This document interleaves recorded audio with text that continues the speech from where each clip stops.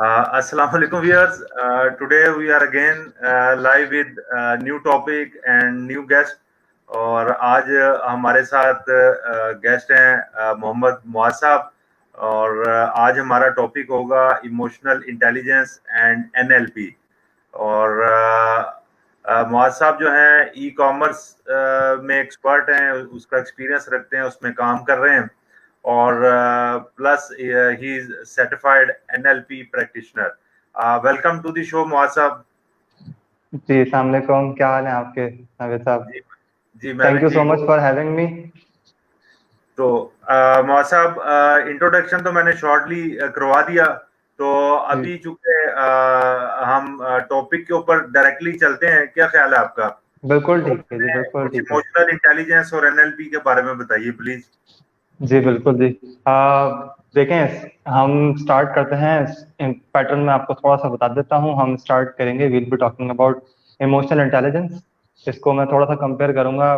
पहले बात होगी इमोशंस के बारे में, और इमोशनल इंटेलिजेंस को हम थोड़ा सा देख लेंगे कि आईक्यू और ईक्यू को हम किस तरह से कंपेयर करते हैं। मूविंग ऑन, मैं थोड़ा सा न्यूरल लिंग्विस्टिक प्रोग्रामिंग के बारे में बात करूंगा कि व्हाट इज एक्चुअली एनएलपी। थोड़ी सी उसकी बेसिक्स जो होती हैं हम उसकी बात करेंगे, and then we will merge both the topics. हम इमोशनल इंटेलिजेंस को मर्ज कर देंगे न्यूरल लिंग्विस्टिक प्रोग्रामिंग से। सर एक्सीलेंट एक्सीलेंट, अच्छा ठीक इसको है जी। प्लान किया आपने, तो I think let's proceed sir, इसको शुरू करते हैं। चैलेंज जी। So starting from emotional intelligence, Naveed साहब आप माशाल्लाह से एचआर और आईआर की फील्ड से ताल्लुक रखते हैं, तो आप तो माशाल्लाह बेहतर जानते होंगे कि इमोशनल इंटेलिजेंस जो है वो एक फील्ड है जो कि डैनियल गोलमैन ने अपनी पूरी बुक लिखी और उसमें उसने ना इस चीज को हाईलाइट किया। अच्छा, उससे पहले दुनिया में जो जहानत का और बेहतरी का और बढ़ोतरी का जो वो पैमाना बनाया जाता था, वो बनाया जाता था कि याददाश्त कैसी है, आईक्यू कैसा है, ठीक है ना।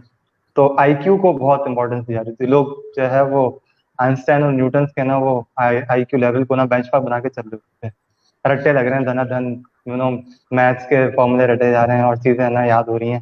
तो ये क्या हो रहा है भाई, वो हम आईक्यू लेवल अपना इंक्रीज करने की कोशिश कर रहे हैं। वो मुख्तलिफ एस्पेक्ट्स होते थे। फलां का आईक्यू बहुत तेज है और ऐसे अभी आईक्यू से हट गया है, कुछ ईक्यू और इस तरह की बातें हो रही हैं आजकल।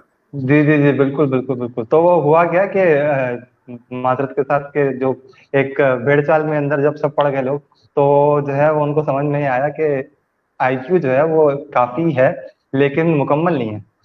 तो उसका जो दूसरा पार्ट आया वो डैनियल गोलमैन ने अपनी जब बुक में मेंशन किया, तो वहां से इमोशनल इंटेलिजेंस जो है उसकी जो है वो अहमियत उजागर हुई कि यार इंसान जो है वो सिर्फ ये नहीं है कि उसको फिजिकली काम करना है और वो एक रोबोट है कि वो आया दुनिया में और अपने काम करके चला जाए बस अपने हाथ पैर के थ्रू जितनी उसने एफर्ट्स की। फिजिकल एफर्ट्स के साथ साथ इंसान एक इमोशनल बीइंग है, ठीक है ना, जिसके साथ एहसास और जज्बात जो है वो बिल्कुल साथ साथ लगे हुए होते हैं। तो भले से अगर एक मजदूर काम कर भी रहा है, भले से अगर जो है वो कोई एक शख्स जो है वो पढ़ भी रहा है, भले से हमारे घर में खवातीन खाना बना भी रही हैं और दूसरे काम भी कर रही हैं, तो वो सिर्फ फिजिकल इंटरेक्ट और एक्टिविटीज नहीं कर रही, उसके साथ साथ उनके इमोशंस भी अटैच हैं। ठीक है, ये बिल्कुल ऐसे ही है कि अगर जो है वो घर पे खाना बनता है और मैं वो खाने में थोड़ी सी भी नक्श या कुछ भी नुक्ताचीनी कर दूं तो वो पसंद नहीं किया जाएगा। सही है ना। नमक तेज के बारे में राय देना वो थोड़ा सा खतरे का बायस हो सकता है। क्यों क्यों हो सकता है? क्योंकि इमोशंस है, बनाने वाले ने अपना वक्त लगाकर अपने जज्बात के साथ दिलो जान से वो चीज तैयार किया, और जो हम मर्द हजरात हैं वो थोड़ा सा उसके अंदर कुछ अगर वो कर देते हैं तो वो चीज नुकसान का बायस हो सकती है। ये बड़ा वैलिड पॉइंट उठाया, और स्पेशली आजकल जो सिनेरियो चल रहा है वर्क फ्रॉम होम और इस तरह के कॉन्सेप्ट है, क्वारंटीन में है लोग, तो आजकल तो बिल्कुल रिस्क नहीं लेना चाहिए।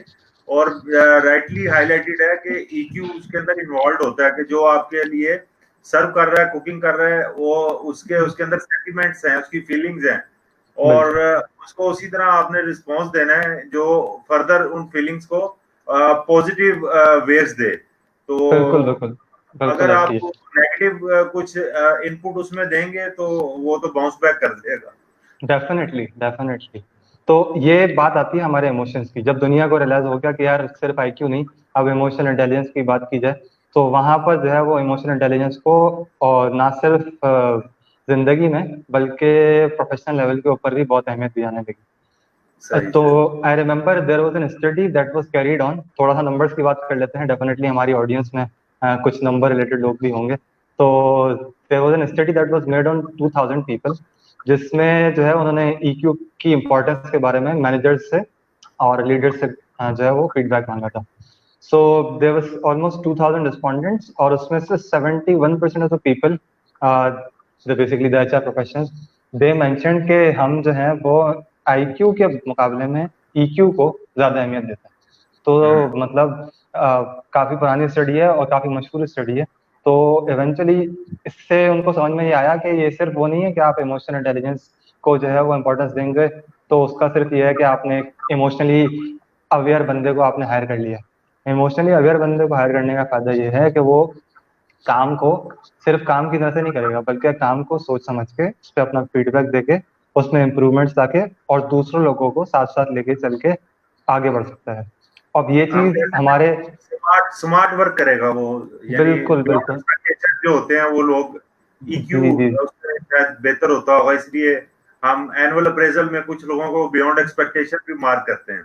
जी जी जी जी जी बिल्कुल बिल्कुल ऐसे ही है। तो वो होता ये है कि आपको हमारे यहाँ जो एग्जेक्टिव लेवल्स पे जो एंट्री लेवल पे जो लोग आते हैं इनका भी, इनके अंदर अगर फर्ज करें कोई इमोशनली अवेयर बंदा आ जाता है, सो वो जो उसका बॉस होता है या जो टीम लीड होता है उसको ये चीज दिख जाती है। उसको दिख जाता है कि भाई ये जो बंदा है ना ये सिर्फ काम नहीं करता, ये वो बंदा है कि जो 10 लोगों के पास और जाता है वो पूछता है हाँ भाई क्या चल रहा है जिंदगी में, है ये, और क्या क्या आप क्या करते हैं, और मतलब मैं आपको किस तरह से है ना वो आपको कुछ चीज वो सीखने सिखाने के प्रोसेस में इन्वॉल्व रहता है। तो ये वो हम्म। बंदा होता है जो आपको दिख जाता है कि भाई ये जो है ना इस बंदे पे इन्वेस्ट करना चाहिए, सही है। और डेफिनेटली ये वो चीज होती है जो कंपनीज में फॉलो भी की जाती है, ठीक है। और अब द गुड पार्ट इज के जो है वो हमारी एसएमईज भी इसकी तरफ इन्वॉल्व हो गई हैं। अपार्ट फ्रॉम मल्टीनेशनल एसएमईज भी काफी है ना वो ईक्यू के अंदर जो है वो काम करने लगी हैं। मल्टीनेशनल्स की बात की जाए तो उन्होंने तो प्रॉपरली अपना जो है वो जो उनका हायरिंग प्रोसेस है उसके अंदर तो उन लोगों ने पूरा सिमुलेशन की बेसिस के ऑनलाइन गेम्स बनाए हुए हैं जहाँ पर जो है वो ऑनलाइन जो है वो जो रिक्रूटर होता है वो आपको टेस्ट कर रहा होता है, और उसके थ्रू जो है वो आपकी सारी जो साइकोडायनामिक और पर्सनैलिटी के बिहेवियर्स हैं वो सब जो है वो नुमाया हो रहा है। तो बिल्कुल। इसमें मुआज भाई मैं एक चीज ऐड करूंगा। हम्म ये आपने बड़ा अच्छा यहाँ पे हाईलाइट किया कि एमएनसी जो है वो ईक्यू को प्रेफर कर रही हैं। Hmm combination of IQ and EQ तो दी बेस्ट है, और ईक्यू उसमें जरा बेहतर हो तो वो ज्यादा उसको प्रेफरेंस दी जाती है। मेरे कांटेक्ट हुआ कुछ दिन पहले का ही मैं शेयर करूंगा, क्योंकि अभी ये जो अप्रेजल सिस्टम उसके रेफरेंस से मैं बात करूंगा। जी अप्रेजल सिस्टम के ऊपर एक बेल कर्व का जो है ना कॉन्सेप्ट बड़े अरसे से चल रहा है, और जी उससे बाहर नहीं निकल पा रहे लोग। और वो बेल कर्व जो है वो ऐसी बला का नाम है कि वो स्वाय आपके 15 या 20% लोगों के बाकी सारों को डीमोटिवेट करने के अलावा कोई काम नहीं करता। यानी आप एनुअली कंपनसेट भी कर रहे हैं लोगों को, जी रिवॉर्ड दे रहे हैं, और साथ हम्म डीमोटिवेट कर रहे हैं कि आप जो है वो ए या ए प्लस नहीं ले सके, आप बी हैं, सी हैं या डी हैं। अभी वो हम्म एमएससी में मेरे दोस्त उनसे बात हो रही थी, तो उन्होंने कहा कि भाई हम वी आर कैरिंग ओनली एक ए रेटेड, हमें तो बी और सी चाहिए ही नहीं है। और हमारे जो लोग ए रेटेड आते हैं उन्हीं को हम रिटेन करते हैं, और हम एनुअल अप्रेजल में ये इंश्योर करते हैं, हर मैनेजर इंचार्ज सुपरवाइजर की जिम्मेदारी है कि उसकी सारी टीम ए रेटेड हो। मैंने कहा भाई हम्म। ये आप कैसे कर रहे हैं? उन्होंने कहा कि बिल्कुल हम बी और सी वो बिल्कुल माइनर देते हैं लोगों को, और वो सॉर्ट ऑफ अलर्ट होता है कि आपकी जो है परफॉर्मेंस जो डिजायर्ड है आपसे उसको हम्म। आप करें। और वो बिल- उनको डायरेक्शन है, उनके पास जो है मैंडेट है कि वो इस एक फरसुदा ही मैं कहूंगा इसको बेलकर के ऊपर लगे। मैं जो लोग इसको इम्प्लीमेंट भी कर रहे हैं उनसे भी मेरी बहस होती डिस्कशन होती रही है, करता हूं मैं अभी भी, कि हम्म इससे निकले बाहर। ये आप पैसे देने के बावजूद लोगों को डीमोटिवेट कर देते हैं, और अपनी एक मजबूरी ये बताते हैं कि जी ये फोर्स्ड इसके अंदर ये डिस्ट्रीब्यूशन है और हमने इसकी पाबंदी करनी है। भाई आप उसकी हम्म। पाबंदी ना करें, आप लोगों को ए रेटिंग मैक्सिमम दें, जो आपने reward in term of cash देना है उसकी एडजस्टमेंट उसके अंदर करके रखें। आप इमेजिन करें कि आपकी टीम में 80% लोग, फॉर एग्जांपल 70-80% लोग ए रेटेड होंगे, उनको पता है कि हम ए रेट हमें मिला है, और वो अगले साल उनकी परफॉर्मेंस देखें कि आप क्या उनसे परफॉर्मेंस कितनी अच्छी एक्सपेक्ट कर सकते हैं, और वो डिलीवर करेंगे। और जी जहां जी आपने जी जानबूझ के अपने सिस्टम की वजह से 15 या 20 लोगों को ए कह दिया, बाकी सबको बी सी डी उनमें डाल दिया है, तो हम्म आपने तो ईयर स्टार्टिंग से ही कंपनसेशन देने के बावजूद लोगों को डीमोटिवेट कर दिया। बिल्कुल बिल्कुल, ये तो आप जो है ना वो सौदे नुकसान का है ना ये तो। जी बिल्कुल। तो ये डबल नुकसान हो रहा है, पैसे भी जा रहे जी हैं रिवार्ड की शक्ल में और बंदे भी डीमोटिवेट हो रहे हैं। जी जी तो जी जी, ये बिल्कुल। मैंने कहा कि ये मैं ईक्यू को, चूंकि आपने एमएनसीज के साथ लिंक किया था, तो जी जी एमएनसीज जी जो है जी वो बिल्कुल ए रेटेड लोगों को ही चाहती हैं, और ईक्यू होना चाहिए अगर आप ए रेटेड के अंदर फॉल करना चाहते हैं। तो जी आप जी प्लीज। जी, बिल्कुल बिल्कुल बिल्कुल। तो इमोशनल क्वोशंट के हवाले से फिर जब फर्दर हमने और देखा, तो ये अंदाजा हुआ कि सिर्फ एजुकेशन में नहीं, सिर्फ प्रोफेशन में नहीं, आपको जिंदगी के हर उसके अंदर इमोशनल इंटेलिजेंस की जरूरत होती है। और कहीं ना कहीं रिलेशनशिप्स के अंदर, हमारे फैमिली सिस्टम के अंदर भी इमोशनल इंटेलिजेंस की जो अहमियत है, वो एक आईक्यू वाले बंदे से एक्सपेक्ट नहीं की जा सकती। ठीक है, ये बिल्कुल वैसी है कि मेरा आईक्यू बहुत तेज है, मेरी पोजीशन आती है, और जो है वो मैं टॉपर हूँ, और मेरी जो है वो जॉब भी बहुत अच्छी जगह लगी हुई है, लेकिन मेरा घर वालों से रवैया अच्छा नहीं है। मेरा अपने घर वालों से, बीवी बच्चों से, मेरे अपने दोस्तों से, साथ पढ़ने वालों से, साथ उठने बैठने वालों से रवैया अच्छा नहीं है। तो मैं जो हूँ वो सिर्फ अपने शोहरत की बेस पे, पैसे की बेस पे, किसी बेसिस के ऊपर एक मसनूई इज्जत तो मैं कमा सकता हूँ, लेकिन जो जो हकीकी जो एहतराम होता है ना और मोहब्बत, वो मिलना जो है वो ईक्यू के बगैर नामुमकिन। जी बिल्कुल। तो तो तो अभी ये हमारे। आगे बढ़ाते हैं हम आज, क्योंकि हमारा एजेंडा काफी लंबा है। जी जी तो जी जी जी। तो इसमें कुछ जी जी। तो इमोशनल क्वेश्चन से जब हम थोड़ा सा आगे बढ़ते हैं, अब हम आते हैं हमारी अगला टॉपिक जो है एनएलपी की जानिब। एनएलपी एक उभरती हुई फील्ड है, ठीक है जी। और टू बी ऑनेस्ट, पाकिस्तान में जो है वो काफी जो है वो अभी ये इसमें बहुत स्कोप है कि इस पे बात हो सके, और इसके ऊपर काम किया जा सके, इसका स्कोप बढ़ाया जा सके। ठीक है, और डेफिनेटली इम्प्रूवमेंट के चांसेस बहुत हैं। अच्छा, एनएलपी को अगर मैं बेसिक लेके चलता हूँ तो हम इसको न्यूरो लिंग्विस्टिक प्रोग्रामिंग कहते हैं। और आम फहम में समझने के लिए न्यूरो इज फ्रॉम न्यूरॉन। ठीक है जी, जो आपके दिमागी हिस्से के बारे में आ जाते हैं। अब न्यूरॉन्स में हम बात करते हैं फाइव सेंसेस की, जो हमारे पांचों हवास हैं, हम उनकी बात कर रहे होते हैं। ठीक है जी, जिसमें हमारा आता है देखना, बोलना, और महसूस करना, सूंघना और चखना। ये जो हमारे आते हैं, ये इसमें आ जाते हैं। ठीक है जी। तो ये हमारा हो गया पांच हवास, जो हमारे न्यूरो मतलब न्यूरॉन वाले पार्ट में आ गए। Linguistic is language. Language to be simple, it's either verbal या नॉन वर्बल। ठीक है जी। हमारा वर्बल पार्ट होता है जिसके थ्रू हम, मैं बोल रहा हूँ, ठीक है, ये मेरा वर्बल कम्युनिकेशन है।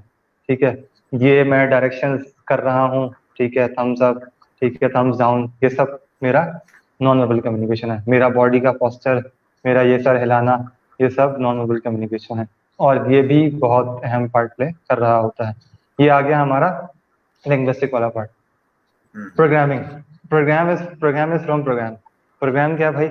आपने एक सिस्टमैटिक अप्रोच बना दी कि जो भी हमारे हवासे हमसा के थ्रू चीजें हमें मिलती हैं अपने माशरे से, ठीक है, उसको हम किस तरह से अपने बेहतर रवैये के थ्रू और एक इफेक्टिव कम्युनिकेशन को यूज करते हुए हम किस तरह से अपनी बात दूसरे तक पहुंचा सकें, ताकि हम ज्यादा से ज्यादा लोगों को अपनी बात मनवाने पे और रागब करने की तरफ माइल हो सके। ये आ गया हमारा प्रोग्रामिंग का पार्ट।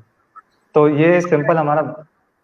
जी इसमें जी इसको मैं थोड़ा स्टडी कर रहा था, तो इसको बिल्कुल एक ये कि आपकी कम्युनिकेशन सक्सेस भी होती है, फिर डिसीजन मेकिंग सक्सेस भी होती है। तो हम्म इसको इन इजी वर्ड्स अगर ये कहा जाए कि आपने अपने सारे जो एक्टिविटीज हैं वो परफॉर्म तो करनी होती हैं। हम्म एनएलपी बेसिकली एक टेक्निक है जो आपको एक अनकॉन्शियसनेस से निकाल के एक कॉन्शियसनेस की स्टेज में, फेज में ले आती है, और आप एक शऊर हासिल कर लेते हैं, और उस बाशऊर होते हुए जब आप अपनी एक्टिविटीज परफॉर्म करते हैं और तो आप अच्छे रिजल्ट ले लेते हैं। तो ये शऊर का वर्ड जो है, क्या ये हमारे लिसनर जो हैं उनकी बेटर अंडरस्टैंडिंग के लिए मुनासिब लफ्ज होगा? शऊर को हम बिल्कुल बिल्कुल बिल्कुल हम देखें, अब आपने बात कर दी है तो मैं इसकी तरफ भी बिल्कुल जाऊंगा कि शऊर जो है, हम उसको शऊर और लाशऊर को कॉन्शियस और अनकॉन्शियस समझ लेते हैं। ठीक है जी। जी। तो हमारे जो इंग्लिश और उर्दू दोनों जो हैं वो ऑडियंस, हम उनको बेहतर इस तरह से गाइड कर सकते हैं। तो शऊर ही वो है जो कि कॉन्शियस काम है मेरा। मैं आपसे बात कर रहा हूँ, मैं यहाँ बैठा हूँ, मैं कुर्सी पे बैठा हूँ, मैं मूव कर रहा हूँ, ये सब मेरे कॉन्शियस डिसीजन है। मैं देख रहा हूँ, आप अभी बैठे हुए हैं, आप भी सुन रहे हैं, ये सब आपके कॉन्शियस डिसीजन है। ठीक है जी, ये सारे कॉन्शियसली शऊरी तौर पर हम एक्शंस कर रहे हैं। इसमें फिर आगे आता है लाशऊर का किरदार। लाशऊर का किरदार यह है कि मैं जो हूँ वो एक खास अंदाज से ही क्यों बैठा हूँ, मैं अभी हाथ बांध के क्यों बैठा हूँ, मैं इस तरह से क्यों बैठा हूँ। ठीक है जी। और मैं आपसे बात करते हुए अगर बार बार आंखें ब्लिंक कर रहा हूँ तो क्यों कर रहा हूँ। ठीक है। और मैं अपनी बात पहुंचाते हुए अगर अपने इशारों का इस्तेमाल बार बार कर रहा हूँ तो उसके पीछे क्या वजह हो सकती है। ये है हमारा लाशऊरी अमल, जिसको हम अनकॉन्शियस एक्टिविटी करेंगे। तो आपकी बात को हम थोड़ा सा हम बैकवर्ड लेके चलेंगे, तो हम उसको रिवर्स कर देते हैं। एनएलपी क्या करता है, एनएलपी ये करता है कि हमारा जो शऊरी अमल है ना, उसको लाशऊर से लिंक करके हमारे शऊरी अमल को ना वो इम्प्रूव कर देता है। ठीक है। हमने बात की 5 हवास की। तो यहाँ पर एक बड़ी अच्छी ट्रिक है और बहुत अच्छी हिंट है कि दुनिया में, जिंदगी में आपने कोई भी काम करना हो तो ऐसा है कि आप उसके अंदर अगर अपने जितने ज्यादा सेंसेस को इन्वॉल्व करेंगे, वो आपकी उतनी माइंडफुलनेस की स्टेट को बढ़ाएगा। अच्छा, अब ये कैसा है, इसकी मैं सबसे सिंपल मिसाल देता हूँ। जो सुन्नत तरीका है खाना खाने का। ठीक है जी। अब हमारा क्या है कि हमने खाना आया। ठीक है। अब नवेद भाई, आप हवास देना वो गिनना शुरू कीजिए। अब हमने जो है वो खाना हमारे घर की खवातीन ने बनाया और उसके ऊपर बड़ी अच्छी खूबसूरत सी गार्निशिंग हो गई। ठीक है जी। अब आपके सामने खाना आया है। खाना आया तो उसमें सबसे पहले महक उठ रही है। ठीक है जी। तो आपका पहला जो है वो इसमें एक सेंस इन्वॉल्व हो गया। फिर आपने देखा उसमें बड़ी ना खूबसूरत जो है वो उसके ऊपर गार्निशिंग हुई है, साथ में सलाद रायता भी रखा हुआ है। ठीक है ना। तो ये आपने दूसरा विजुअल देख लिया। अब आपका दूसरा देखने का जो वो है वो इन्वॉल्व हो गया। फिर आप आए, आपने हाथ से अब चावल है तो भी आपने हाथ से खाना शुरू कर दिया, या रोटी है तो भी आपने हाथ से खाना शुरू कर दी। ये आपका आ गया टच। आपने रोटी को हाथ लगाया, फिर लुकमा आप लेकर गए और आपने मुंह में डाला। ये आपका तीसरा टच टच का फैक्टर। फिर आपने जो है वो उसके साथ साथ फिर आप उसको देख रहे हैं, उसके साथ साथ आप उसको खा रहे हैं। अब वो आता है चबा चबा कर खाने का, जो हमने कहा गया कि बातें कम करनी है। तो अगर हम चबा चबा कर उसको प्रॉपरली खा रहे हैं तो मुझे अपने लुकमों के चबाने की आवाज अपने कानों में सुनाई दे रही है। ठीक है। उसकी तो खूबी तो होती है खाने की। जी जी जी जी जी जी, ये मेरे पांचों हवास ना वो इसमें इन्वॉल्व हो गए। हाँ, अच्छा, बिल्कुल। अलमिया क्या है, अलमिया ये है कि मेरे पास ना, मैं अपनी बात करता हूँ, मेरे पास एक अदद डिवाइस है जिसका नाम है मोबाइल फोन, जो बहुत स्मार्ट डिवाइस है। अब ये हवास कम हो गए। ये हवास कैसे कम हो गए, मैं जो खाना आया, मैंने बोला भाई चलो खाना आ गया, मैंने खाना देख लिया। और खाना देखा नहीं है, बस मुझे पता है खाना ये बना हुआ है, तो मैं खाना खाना स्टार्ट कर रहा हूँ। मेरे हाथ में फोन है। अब हुआ क्या है, मेरी माइंडफुलनेस खत्म हो गई है। सही है। सो इसके दो कॉजेज हैं, या तो बंदा कम खाएगा या ओवर ईटिंग हो जाएगी। ये एक एग्जाम्पल है। ये एग्जाम्पल आप दुनिया की। और टेस्टलेस हो जाएगा। मैंने जी लोगों को जी ये देखा है। आप अपने साथ लंच किया और डिनर में या कुछ देर के बाद चाय पी रहे हैं उनके साथ ही, तो वो हम्म। पूछ लेते हैं वो कि आज हमने लंच क्या किया। तो वो अच्छा बड़ी हैरानगी होती है कि हम लोगों ने अभी 1-2 घंटे पहले लंच किया है। तो अच्छा आज हमने ये लंच किया था, क्योंकि वो मेंटली वहाँ प्रेजेंट ही नहीं होते। जी तो जी जी ये जी मोबाइल जो है वो, ये गैजेट ऐसा है, इसने जी प्रोडक्टिव फीलिंग्स सेंसेस वो डैमेज किया है हर चीज को। जी जी जी जी बिल्कुल ऐसी है। तो ये देखें, ये हमारे सेंसेस के थ्रू ना हमारी जितनी एक्टिविटीज बढ़ती हैं, उतना हमारी है ना वो स्टेट ऑफ माइंडफुलनेस आना शुरू हो जाती है। और ultimately mindfulness brings productivity and creativity. ठीक है ना।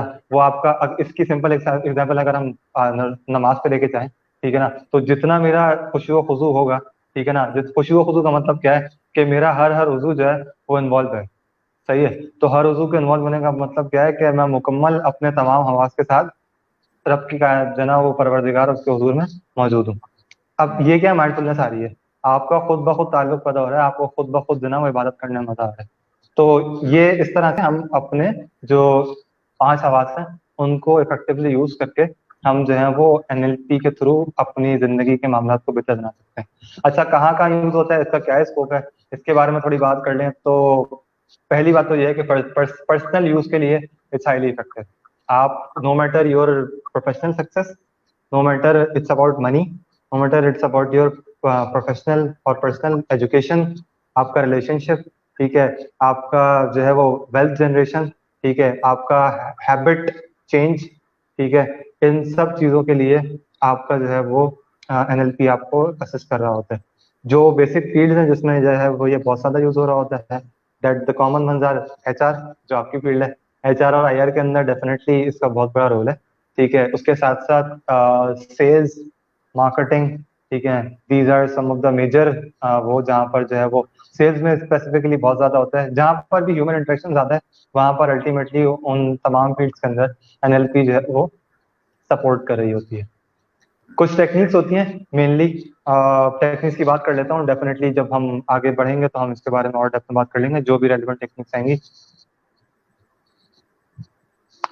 बेसिक टेक्निक्स जो इसमें होती हैं, देयर आर रीफ्रेमिंग की टेक्निक्स होती हैं, ठीक है जी। हमारे उसके अलावा इमोशनल फ्रीडम की एक टेक्निक होती है, उसके अलावा हमारी रैपो बिल्डिंग होती है, कैलिब्रेशन होती है, ठीक है जी। और ये सारी चीजें जो हैं, ठीक है, अल्टीमेटली इंसान को पहले अपने बारे में रोशनास कराती हैं, ठीक है, और उसके बाद फिर उसको बताती हैं कि आप किस तरह से दूसरे बंदे तक एक अच्छे तरीके से अपनी बात पहुंचा सके और किस तरह से लोगों को अपना गर्विदा भी बना सकते हैं। तो ये ये कुछ फ्रेमिंग की टेक्निक जो है, ये इसका थोड़ा सा बताएंगे कि ये कैसे काम करती है? किस बारे में, जी दोबारा बताइए सवाल है। रीफ्रेमिंग की टेक्निक जो है। रीफ्रेमिंग की टेक्निक जो है वो इस तरह से है कि मेरे जहन में किसी एक चीज का एक स्पेसिफिक फ्रेम बना हुआ है, ठीक है जी। तो ये ऐसा है कि मैं एक माजी का कोई नाखुशगवार वाकया है जो मेरे लिए जो है वो तकलीफ का बायस बनता है, ठीक है। तो मैंने उसके बारे में एक फ्रेम बनाया, फ्रेम का मतलब है क्या है, स्केच है मेरे ध्यान में, कि जैसे ही फर्ज करें मैं किसी जगह से गुजरा हूँ जहां पर जो है वो कोई वाकया हुआ था मेरे साथ, ठीक है जी, कोई वारदात हुई थी या कोई दहशतगर्दी का वाकया हुआ, कुछ भी हुआ, तो अब वो मेरे लिए एक नेगेटिव स्टेट बन गई है, वो मेरे लिए नाखुशगवार वाकया है, मैं उस जगह से गुजरता हूँ, ठीक है, या मुझे उस बारे में याद आता है, ठीक है, तो मैं जो हूँ वो उसके बारे में मेरी स्टेट चेंज हो जाती है, मैं नेगेटिव फील करना शुरू करता हूँ, मेरी एनर्जी ड्रेन होना शुरू हो जाती है और मैं नेगेटिव स्टेट में चला जाता हूँ, ठीक है जी। मतलब नेगेटिव स्टेट को हम यहाँ कह सकते हैं कि अनरिसोर्सफुल स्टेट, कि मैं जो हूँ वो लेस प्रोडक्टिव हो सकता हूँ। अच्छा, अब इस रीफ्रेमिंग में क्या होगा कि आपने अपने फ्रेम को रीफ्रेम करना है। रीफ्रेम कैसे होगा कि आपने जो है वो उसके बारे में मुख्तलिफ वन वे सोचते हैं जिसके थ्रू आप उस इमेज में आप अपनी एक मेंटल इमेज बनाएंगे और उस इमेज के अंदर आप जो है उसमें anything that you like, whether its colour, ठीक है जी, वेदर इट्स सम वॉइस, अपने सेंसेस को, पांचों सेंसेस में जो भी सेंसेस आप उस पिक्चर के अंदर इन्वॉल्व कर सकते हैं, आप उसमें वो शामिल करेंगे, आप रंग शामिल करेंगे, आप जायका शामिल करेंगे, आप बातें शामिल करेंगे, आप जज्बात शामिल करेंगे, वो शामिल करके आप अपनी पिक्चर को है ना वो चेंज कर देंगे।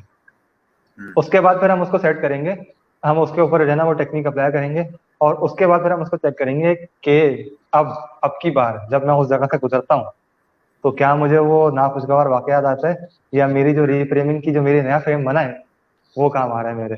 तो this ultimately helps in many ways, ठीक है ना, और कहीं ना कहीं जो माजी से तरफ जो हमारी यादें जुड़ी हुई होती हैं तो उसमें जो है वो इट सपोर्ट्स अ लॉट। तो ये कुछ टेक्निक्स हैं और हम आगे बढ़ते हैं। अब हम कनेक्ट कर लेते हैं how emotional intelligence works with neuro linguistic programming. पहला जो इसका डैनियल गोल्डमैन ने इसके 4 वो बनाए हैं सेक्शन, ठीक है, और उसमें एक पार्ट है इंटरनल जो कि इंसान का अपना आप है, एक पार्ट है एक्सटर्नल जो कि इंसान का जो माशरा है, ठीक है, उसके साथ के जो लोग हैं ये उसका पार्ट प्ले होता है। तो इंटरनल के अंदर जो पार्ट आता है वो आता है, 2 कंपोनेंट्स आते हैं, सेल्फ अवेयरनेस और सेल्फ मैनेजमेंट। सेल्फ मैनेजमेंट या सेल्फ रेगुलेशन भी हम इसको कहते हैं। ये होता है इंटरनल पार्ट के, सबसे पहले इसको हम इंट्रापर्सनल भी कह सकते हैं कि मैं अपने बारे में जानूंगा और अपने जज्बात और एहसास को किस तरह से मॉनिटर करना है मैं उसके बारे में जानूंगा। जी thank you very much Naved भाई। तो ये आ गया मेरा सेल्फ का पार्ट, जहाँ पर मेरा सेल्फ अवेयरनेस है और सेल्फ मैनेजमेंट है। ये एक क्वाड्रेंट हो गया, ये इंटरनल है। उसके बाद राइट हैंड साइड पे जो हमारे पास आता है दूसरा, वो है अदर का। अदर में आता है सोशल। मैं तो हो गया, अब मेरा इंट्रा पर्सनल हो गया है। अब मैं आता हूँ इंट्रा पर्सनल पे। अब अवेयरनेस के पार्ट में मेरा क्या है? Social awareness. सोशल अवेयरनेस जिसको हम एम्पैथी भी कहते हैं, ठीक है, उस पर हम अभी आगे बात भी करेंगे। ये होता है हमारा पहला पार्ट अदर्स के अंदर, कि हम माशरे को उसके बारे में किस तरह से अवेयर होते हैं, दूसरे लोगों के बारे में मैं किस तरह से अवेयर हो सकता हूँ। अब अपने बारे में तो अवेयर हो चुका हूँ, दूसरे बंदे के बारे में मैं किस तरह से ना वो कुछ तवज्जो हासिल कर सकता हूँ, या उनके बारे में जो ना मैं किस तरह से चीजें मालूम कर सकता हूँ। फिर बिल्कुल उसके बाद सही। आता है रिलेशनशिप मैनेजमेंट। अब मैंने लोगों को जान लिया है, कि मुझे पता चल गया कि लोगों के बारे में मुझे क्या क्या चीजें मालूम हो सकती हैं, मैं लोगों से किस तरह से डील कर सकता हूँ। अब मुझे उनको किस तरह से साथ लेके चलना है, लोगों को इन्वॉल्व करना है, मुझे अपनी टीम को लेकर चलना है, मुझे अपने स्टूडेंट्स को लेकर चलना है, मुझे अपने फैमिली को लेकर चलना है, मुझे जिस जिस रोल में मैं जिन जिन लोगों के साथ इन्वॉल्व हूँ, मुझे किस तरह से उन लोगों से डील करना है और किस तरह से उनको आगे बढ़ाना है और साथ लेके चलना है। ये सब कुछ आ जाता है रिलेशनशिप मैनेजमेंट में। तो हमारे 4 क्वाड्रेंट्स बने, जिसमें से पहले जो 2 हैं वो इंटरनल है, और जो बकिया 2 हैं वो सोशल है। तो बिल्कुल। The first part is self awareness, जहां पर हम बात करते हैं कि मैं अपने बारे में खुद कैसे जो है वो आइडेंटिफाई कर सकता हूँ अपने आप को। जो सेल्फ एक्चुअलाइजेशन जो होती है, सेल्फ अवेयरनेस होती है, ठीक है, वो मुझे अपनी है ना वो खुद शनासाई जो होती है, वो मुझे किस तरह से मालूम हो सकती है। अच्छा, इसमें मैं आपको ये बता दूं कि इस टॉपिक की जो खासियत है वो ये है कि इमोशनल इंटेलिजेंस पे बहुत बातें हो चुकी हैं, लेकिन इमोशनल इंटेलिजेंस को एनएलपी से लिंक जो है वो बहुत कम किया जाता है। तो मैं कोशिश ये करूंगा कि मैं इमोशनल इंटेलिजेंस का जो कोर पार्ट है उसको तो बताऊं, लेकिन साथ साथ एनएलपी की कौन सी टेक्निक्स हैं उनको एक्सप्लेन करके बताऊं कि हम किस तरह से उनके थ्रू हम काम जो है वो इमोशनल इंटेलिजेंस को इम्प्रूव कर सकते हैं एनएलपी की मदद से। तो पहला हमारा पार्ट आता है सेल्फ अवेयरनेस का, जिसमें हमारा एनएलपी का कम्युनिकेशन मॉडल आता है। तो एनएलपी का कम्युनिकेशन मॉडल जो है वो बताता है हमें सेल्फ अवेयरनेस के मुतालिक कि किस तरह से मेरा एक्सटर्नल स्टिमुला जो है वो जो है मुझे इंफॉर्मेशन रिसीव करवाता है।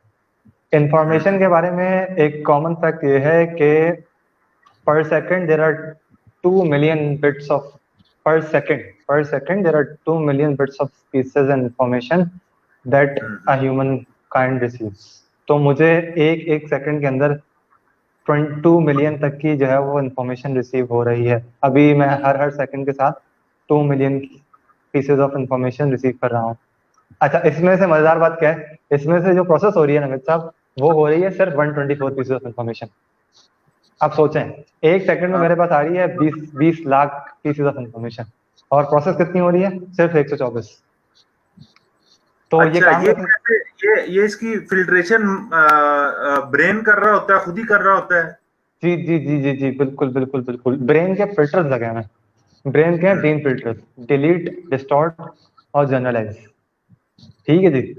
डिलीट, डिस्टॉर्ट, जनरलाइज है ना, वो 3 फिल्टर्स हैं जिसके थ्रू मेरी जितनी भी इंफॉर्मेशन रिसीव होती है ना, वो फिल्टर आउट हो जाती है। जो चीज इस वक्त मेरे काम की है, ठीक है, मैं उसको आगे लेके बढ़ जाऊंगा, बाकी सारी चीजें ना वो सब बैक ऑफ द माइंड खुश हो जाएंगी। मैं दोबारा आता हूँ नवेद साहब उसकी तरफ, हमारा शऊर और लाशऊर के बारे में। अब देखें, ये जी। जो इन्फॉर्मेशन आ रही है ना, ये कहीं जा नहीं रही है, ठीक है। ये बिल्कुल वैसे ही है कि जब कंट्रोल शिफ्ट डिलीट से भी हम कोई फाइल कंप्यूटर से डिलीट करते हैं, तो वो कहीं ना कहीं हमारे पास रैम में सेव रहती है, वो हमें नुमाया नहीं रहती। तो यही हमारे शऊर लाशऊर का भी है, कि जो इन्फॉर्मेशन आई है उसमें से इसने शऊरी तौर पे जो उसने प्रोसेस कर दी वो तो दिमाग में आ गई, जो बकिया हिस्सा है वो लाशऊर में जा चुका है। ठीक है, वो इसको लाशऊर। इसको हम यूं कह सकते हैं, फॉर एग्जांपल शऊर और लाशऊर को, जैसे इसकी हम कंप्यूटर की एग्जांपल ले सकते हैं, हार्डवेयर की, हार्ड डिस्क की और रैम की। कि हमें जो भी इंफॉर्मेशन है, अभी फॉर एग्जांपल कोई भी डिवाइस है, यूएसबी है, कोई कोई किसी कहीं से भी हम एक सोर्स ऑफ इंफॉर्मेशन लेके आए हैं, उसको जी हम जी। सारा वहाँ स्टोर कर देते हैं और वो पड़ी हुई है कंप्यूटर के अंदर। और जी जी। लेकिन जो कंप्यूटर जो है रैम रैम जब हम किसी एक स्पेसिफिक एप्लीकेशन को ऑपरेट कर रहे होते हैं तो रैम हम्म। उसका जगह उठाती है, और बाकी कंप्यूटर के अंदर क्या पड़ा है वो कंप्यूटर को उसके साथ कोई गर्ज नहीं होता। तो ये बिल्कुल। कॉन्शियसनेस जो है वो थोड़ा सा जो डाटा होता है वो सॉर्ट ऑफ रैम, और जी जी। अनकॉन्शियसनेस जो है वो उसकी हार्ड डिस्क हम कह लें कि उसके अंदर रॉ डाटा जो है वो पड़ा हुआ है, वो जी चूंकि जी। इस कॉन्शियसनेस में है क्योंकि उस पर काम नहीं हो रहा। जी जी जी जी। अच्छा, लेकिन इसमें इसमें आपको मैं बड़े कमाल की बात बता दूं कि लाशऊर जो है उसके बारे में थोड़ा सा चलें बता देते हैं। लाशऊर जो हमारा अनकॉन्शियस है उसके कुछ ट्रेड्स हैं। ठीक है जी, उसके ट्रेड्स ये हैं कि जो है वो सबसे कमाल की बात यह है कि उसके लिए नेगेटिव का वर्ड कुछ नहीं होता। ठीक है जी। हाँ, उस वो नेगेटिव को प्रोसेस ही नहीं करता। तो जो अच्छा, इसमें वालिदैन की तरबियत के हवाले से एक बड़ी अहम बात है। ठीक है ना, और टीचिंग से जो लोग लिंक्ड हैं, ट्रेनिंग से जो लोग लिंक्ड हैं, उसमें ये बड़ी अहमियत की हामिल बात है कि जो नेगेटिव वर्ड्स है ना, और जो नफी वाले जो अल्फाज हैं, वो हमारा जो लाशऊर है वो उसको प्रोसेस करता ही नहीं है। ठीक है जी। तो जो नालायक है वो बेसिकली लायक है। ठीक है ना। शरारती शरारती होगा, लेकिन नालायक जो है ना वो अनकॉन्शियस के लिए लायक ही होगा। तो जो हमारे यहाँ घर में कहा जाता है ना कि बड़ा शरारती है, तो शरारती का वर्ड एक गलत वर्ड है जिसको हम भले यूज ना करें। ठीक है, लेकिन नालायक जो है ना वो अनकॉन्शियस के लिए लायक का वर्ड ही होगा। तो नफी जो है ना कि मैं ये नहीं करूंगा, तो वो जो हमारा अनकॉन्शियस माइंड है उसके लिए वो यही है कि मैं ये करूंगा। तो ये हमारे लाशऊर की एक बड़ी खासियत है। दूसरा इसके बारे में ये है कि ये हमेशा जो है वो सर्वाइवल के इंस्टिंक्ट के ऊपर काम कर रहा होता है। तो इंसान का लाशऊर जो है वो उसको सर्वाइवल के लिए जो भी उसको मीन्स उठाने पड़ते हैं, वो उसके लिए जो है वो तमाम जराए जो है ना वो उनको बरकरार ला के इस्तेमाल कर सकता है। तो लाशऊर की पावर बहुत है। लाशऊर ने कब किस चीज को यूज करवाना है वो आपके कॉन्शियस को मैसेज देगा, और वो आपका जो है ना वो कॉन्शियस माइंड जो है वो उसको प्रोसेस कर देगा, और आपको पता चलेगा यार ये काम हो चुका है।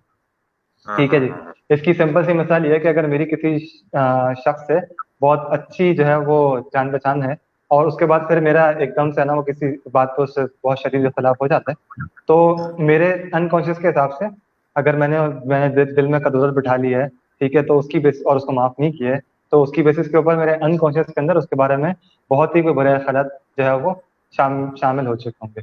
अब अगली बार जब कभी किसी भी ताल्लुक से जब मेरा उससे कोई सामना होता है, कभी कोई गुफ्तगू या बातचीत होती है, तो मेरे अल्फाज शौरी तौर पे और मेरा बात करने का तरीका, मेरी टोन लाशौरी तौर पे ऐसी होगी कि अगले बंदे को शायद अंदाजा हो ना हो, लेकिन दूसरे माहौल के लोगों को अंदाजा हो जाएगा कि कुछ तो गड़बड़ है इन लोगों के दरमियान में, जिसकी बेसिस के ऊपर बहुत तल्ख लहजे में बात की जा रही है। तो ये लाशौरी तौर पे आपकी जो बात होती है, आपके जो अल्फाज होते हैं, उसका चुनाव, आपका रवैया इस तरह का हो जाता है कि आपका कॉन्शियस जो है वो आपके अनकॉन्शियस की बेसिस के ऊपर अमल कर रहा होता है। तो ये हमारा जो पार्ट है हमारा, वो हमारा कॉन्शियस वर्सेस अनकॉन्शियस कहा जाता है। अच्छा, हाँ, इसके साथ साथ जो है वो हम अगर बात करते हैं डिलीट डिस्टॉर्ट और जनरलाइज की, हमने बात कर ली, तो डिलीट डिस्टॉर्ट और जनरलाइज जो हमारे फिल्टर्स होते हैं उसके थ्रू हमारी इन्फॉर्मेशन प्रोसेस हो जाती है। उसके बाद फिर हमारी एक इंटरनल स्टेट आती है और एक एक्सटर्नल स्टेट आती है। तो इंटरनल स्टेट होती है उसके अंदर ये होता है कि अब मेरे जो एक्सटर्नल मुझे इन्फॉर्मेशन मिली है, बिल्कुल एक्सटर्नल जो इन्फॉर्मेशन मिली है उसकी मैंने इंटरनल रिप्रेजेंटेशन क्या दी है। इंटरनल रिप्रेजेंटेशन ये है कि अगर मुझे किसी ने कहा है कि तुम मेरे अच्छे दोस्त हो, अब यहाँ पर जो अच्छे का लफ्ज है, ठीक है, उस अच्छे को लेकर मेरे अपने जो जज्बात और ख्यालात हैं वो क्या है। या मैं ये बोलूं कि मुझे वो फना शख्स बहुत बुरा लगता है, तो अब मैंने किसी के बारे में सुना कि वो मुझसे कह रहा है कि मुझे फना शख्स बुरा लगता है। अब ये वो चीज़ है जो कि मुझे इन्फॉर्मेशन बाहर से मिली है। अब जब ये इन्फॉर्मेशन डिलीट डिस्टॉर्ट और जनरलाइज के फिल्टर से होकर मेरे अपने इंटरनल रिप्रेजेंटेशन पे आती है, तो ये मुझे बताएगा कि मेरे लिए ये जो लफ्ज है बुरा, ये जो लफ्ज है अच्छा, मैं इस लफ्ज को किस तरह से और क्या समझता हूँ, मेरा इससे कौन सा एहसास है जो जुड़ा हुआ है। अगर मैं लफ्ज है तो मैं उससे उसको क्या लिंक कर सकता हूँ। ठीक है, मजीद ये है कि मेरा कोई ऐसा कोई खास इमोशन है, ठीक है, या मेरा कोई खास सेंस है जो उससे अटैच हुआ है। तो हो सकता है कि मुझे किसी ने एक बार अच्छी तरह से है ना वो मेरे किसी बुजुर्ग ने, किसी बड़े ने गले लगाया हो, सर पे हाथ फेरा हो, शफकत से मोहब्बत से है ना वो मुझसे बात की हो। ठीक है, तो जो जो मेरे सेंसेस मेरे साथ इन्वॉल्व हुए होंगे अच्छाई के मामले में, मैं उस अच्छे के लफ्ज को अपनी इंटरनल रिप्रेजेंटेशन में वो मायने दे दूंगा। जब ये बिल्कुल ऐसी है कि मुझसे जो है वो फना मेरे एक दोस्त ने कहा कि भाई तुम मुझे बहुत अच्छे लगते हो, तो अब मैं बोलूंगा कि जो है वो मुझसे एक बार किसी शख्स ने कहा था कि तुम मुझे अच्छे लगते हो, और उसके बाद जो है वो मुझे जो है वो एक ऐन मौके पे जब मुझे उसकी जरूरत थी वो मुझे धोखा देके चला गया। अब मेरी जो इंटरनल रिप्रेजेंटेशन बन गई अच्छे के लफ्ज से, वो ये बन गई कि लोग, उसने कहा तो अच्छा मुझे भी था पहले भी कि मैं उसको अच्छा लगता हूँ, लेकिन हुआ क्या कि उसके उस रवैये की बुनियाद पे मेरी इंटरनल रिप्रेजेंटेशन ये बन गई, मेरा एक नेगेटिव एहसास जो है वो उससे लिंक हो गया। उससे नुकसान क्या हुआ कि जब अगली बार मुझे किसी ने कहा कि तुम मुझे अच्छे लगते हो, तो वो लफ्ज मेरे पास दिल्ली डिस्टॉर्ट और जनरलाइज के थ्रू मेरे पास आया। मेरी इंटरनल रिप्रेजेंटेशन ये बन गई कि अब मैं इस बंदे से थोड़ा मुताबिक होकर चलूंगा। ये कह तो है अच्छा, लेकिन क्या पता, हो सकता है कि ये भी एक बुरा रवैया मेरे साथ पेश कर सके। ये जस्ट फॉर एग्जाम्पल में बात कर रहा हूँ, इस तरह से हम अपनी इंटरनल रिप्रेजेंटेशन देते हैं उस इंफॉर्मेशन को जो हमारे पास रिसीव हुई है। इस इंफॉर्मेशन को प्रोसेस करने के बाद जो फिर फाइनल हमारा डिसीजन होता है, वो होता है हमारा लिंग्विस्टिक का, जो हमारा आता है वर्बल या नॉन वर्बल कम्युनिकेशन। तो सेल्फ अवेयरनेस जो आती है, इसके अंदर अब हमारा ये क्या पार्ट हुआ कि मुझे जब अपने बारे में मुझे ये आइडेंटिफाई करना हो कि मेरे कौन कौन से हवास हैं जो कि मुझे किस किस तरह से मेरे रवैयों के ऊपर इन्फ्लुएंस कर रहे होते हैं, तो ये रिप्रेजेंटेशन सिस्टम भी इसी के अंदर इन्वॉल्व होता है, जहां पर मुझे ये बताता है कि मेरे जो पांचों हवास हैं उसके कौन कौन से जो ताल्लुकात हैं वो मुझे मेरे अवेयरनेस के बारे में, मेरे अपनी जात के बारे में मुझे असिस्ट कर सकते हैं। अब ये बिल्कुल ऐसे ही है कि अगर मैं पहले हवास की बात करता हूँ कि पहले चीज देखते हैं देखने की। तो अगर मैं अपने आप के बारे में पर्सनली अवेयर होता हूँ कि मुझे जो है वो मूवीज देखना पसंद है, मुझे लिखने, आर्ट्स, पेंटिंग करने का शौक है, ठीक है जी। उसके अलावा जो है वो मैं सीनरीज बनाता हूँ, मुझे सीनरीज देखना अच्छा लगता है, ठीक है। ये तो इसका मतलब क्या है कि मेरा इसके अंदर देखने की जो है वो ज्यादा इन्वॉल्व है। उसके साथ साथ हो सकता है कि मैं पेंटिंग करता हूँ तो मेरा टच का फैक्टर भी इन्वॉल्व हो। तो फिर होता है लिसनिंग के ऊपर कि मुझे पसंद है कि जो है वो लोग मुझसे बातें करें और मैं लोगों से बातें करूं, ठीक है। मुझे बातचीत करना ज्यादा पसंद है, ठीक है। मुझे माहौल ज्यादा पसंद वो है जिसमें ना वो सब लोग जो है वो आपस में बातें कर रहे हो। मुझे लार्ज गैदरिंग्स पसंद है, ठीक है। मुझे गाने सुनना पसंद है, मैं खुद गाने गाता हूँ, मैं गिटार बजाता हूँ। ये वो सारी चीजें हैं जो कि हमारी उसको सपोर्ट करती हैं, जहां पर मेरा दूसरा हिस्सा आता है जो कि है मेरा बोलने।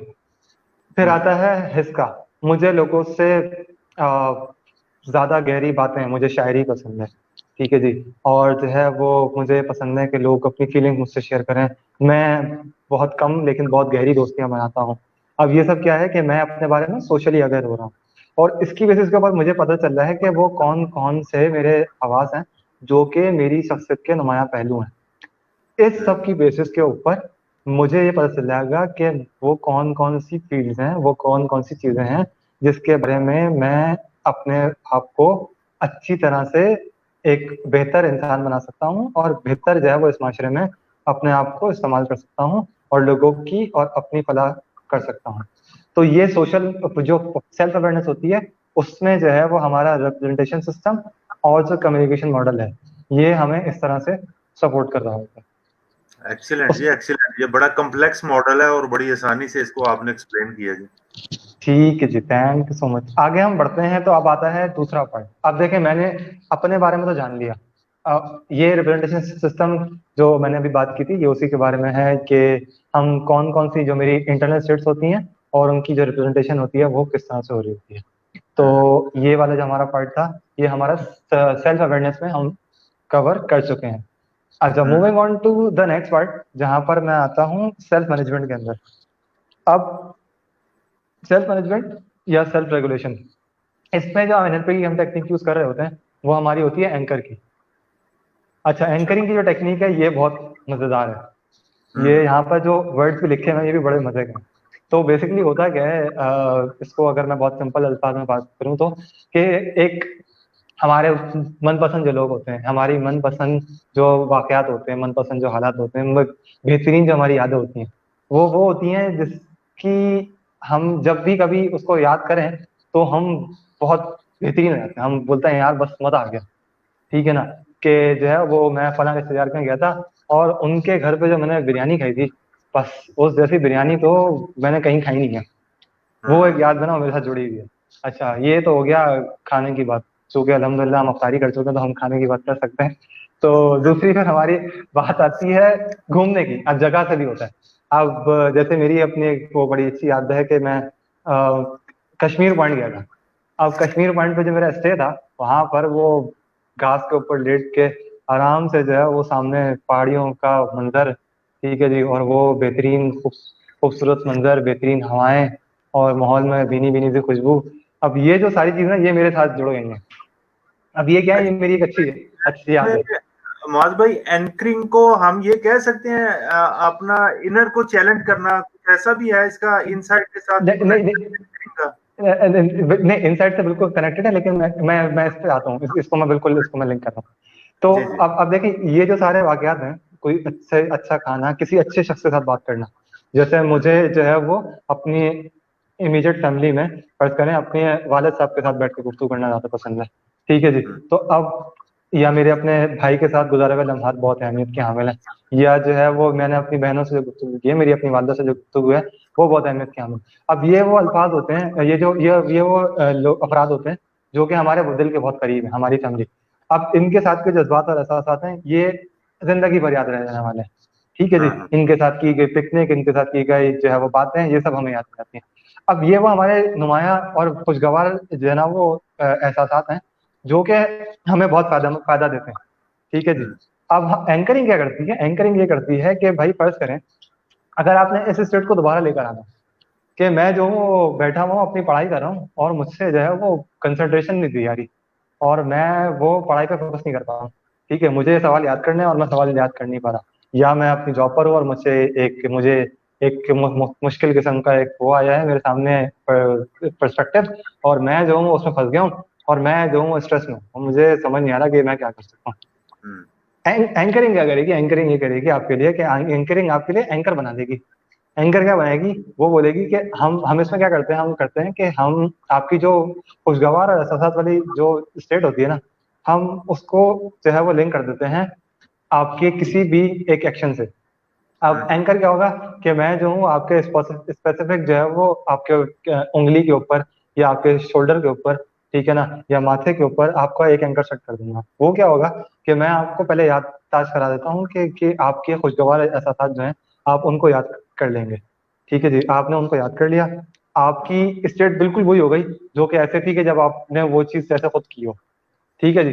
तो हम इसको, जो भी आपके अच्छे एहसास हैं, हम उस मेमोरी को रिकॉल करेंगे, वो मेमोरी रिकॉल होगी, ठीक है। हम उस मेमोरी में तमाम आपके जो हवास हैं वो इन्वॉल्व करवा देते हैं। अब जब आप उस मेमोरी की फुलेस्ट फॉर्म पे पहुंच जाते हैं ना, बिल्कुल ऐसे कि आपको लगे कि आप वो खुद उस मेमोरी का हिस्सा हैं, ठीक है जी। जैसे अगर मैं उस जज्बात को, एहसास को अभी आपसे बात कर रहा हूँ, तो मुझे लिटरली अभी लग रहा है कि मैं कश्मीर पॉइंट पर बैठा हूँ, ठीक है। हाँ तो आपने जो है वो अपने जज्बात को और अपनी उस याददाश्त को इस हद तक जो है ना वो इजाफा उसमें कर देना है।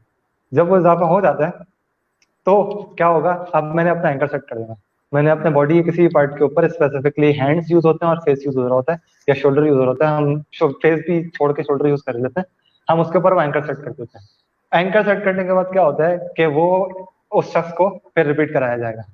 अब उससे क्या होगा कि अब ये एंकर सेट हो गया।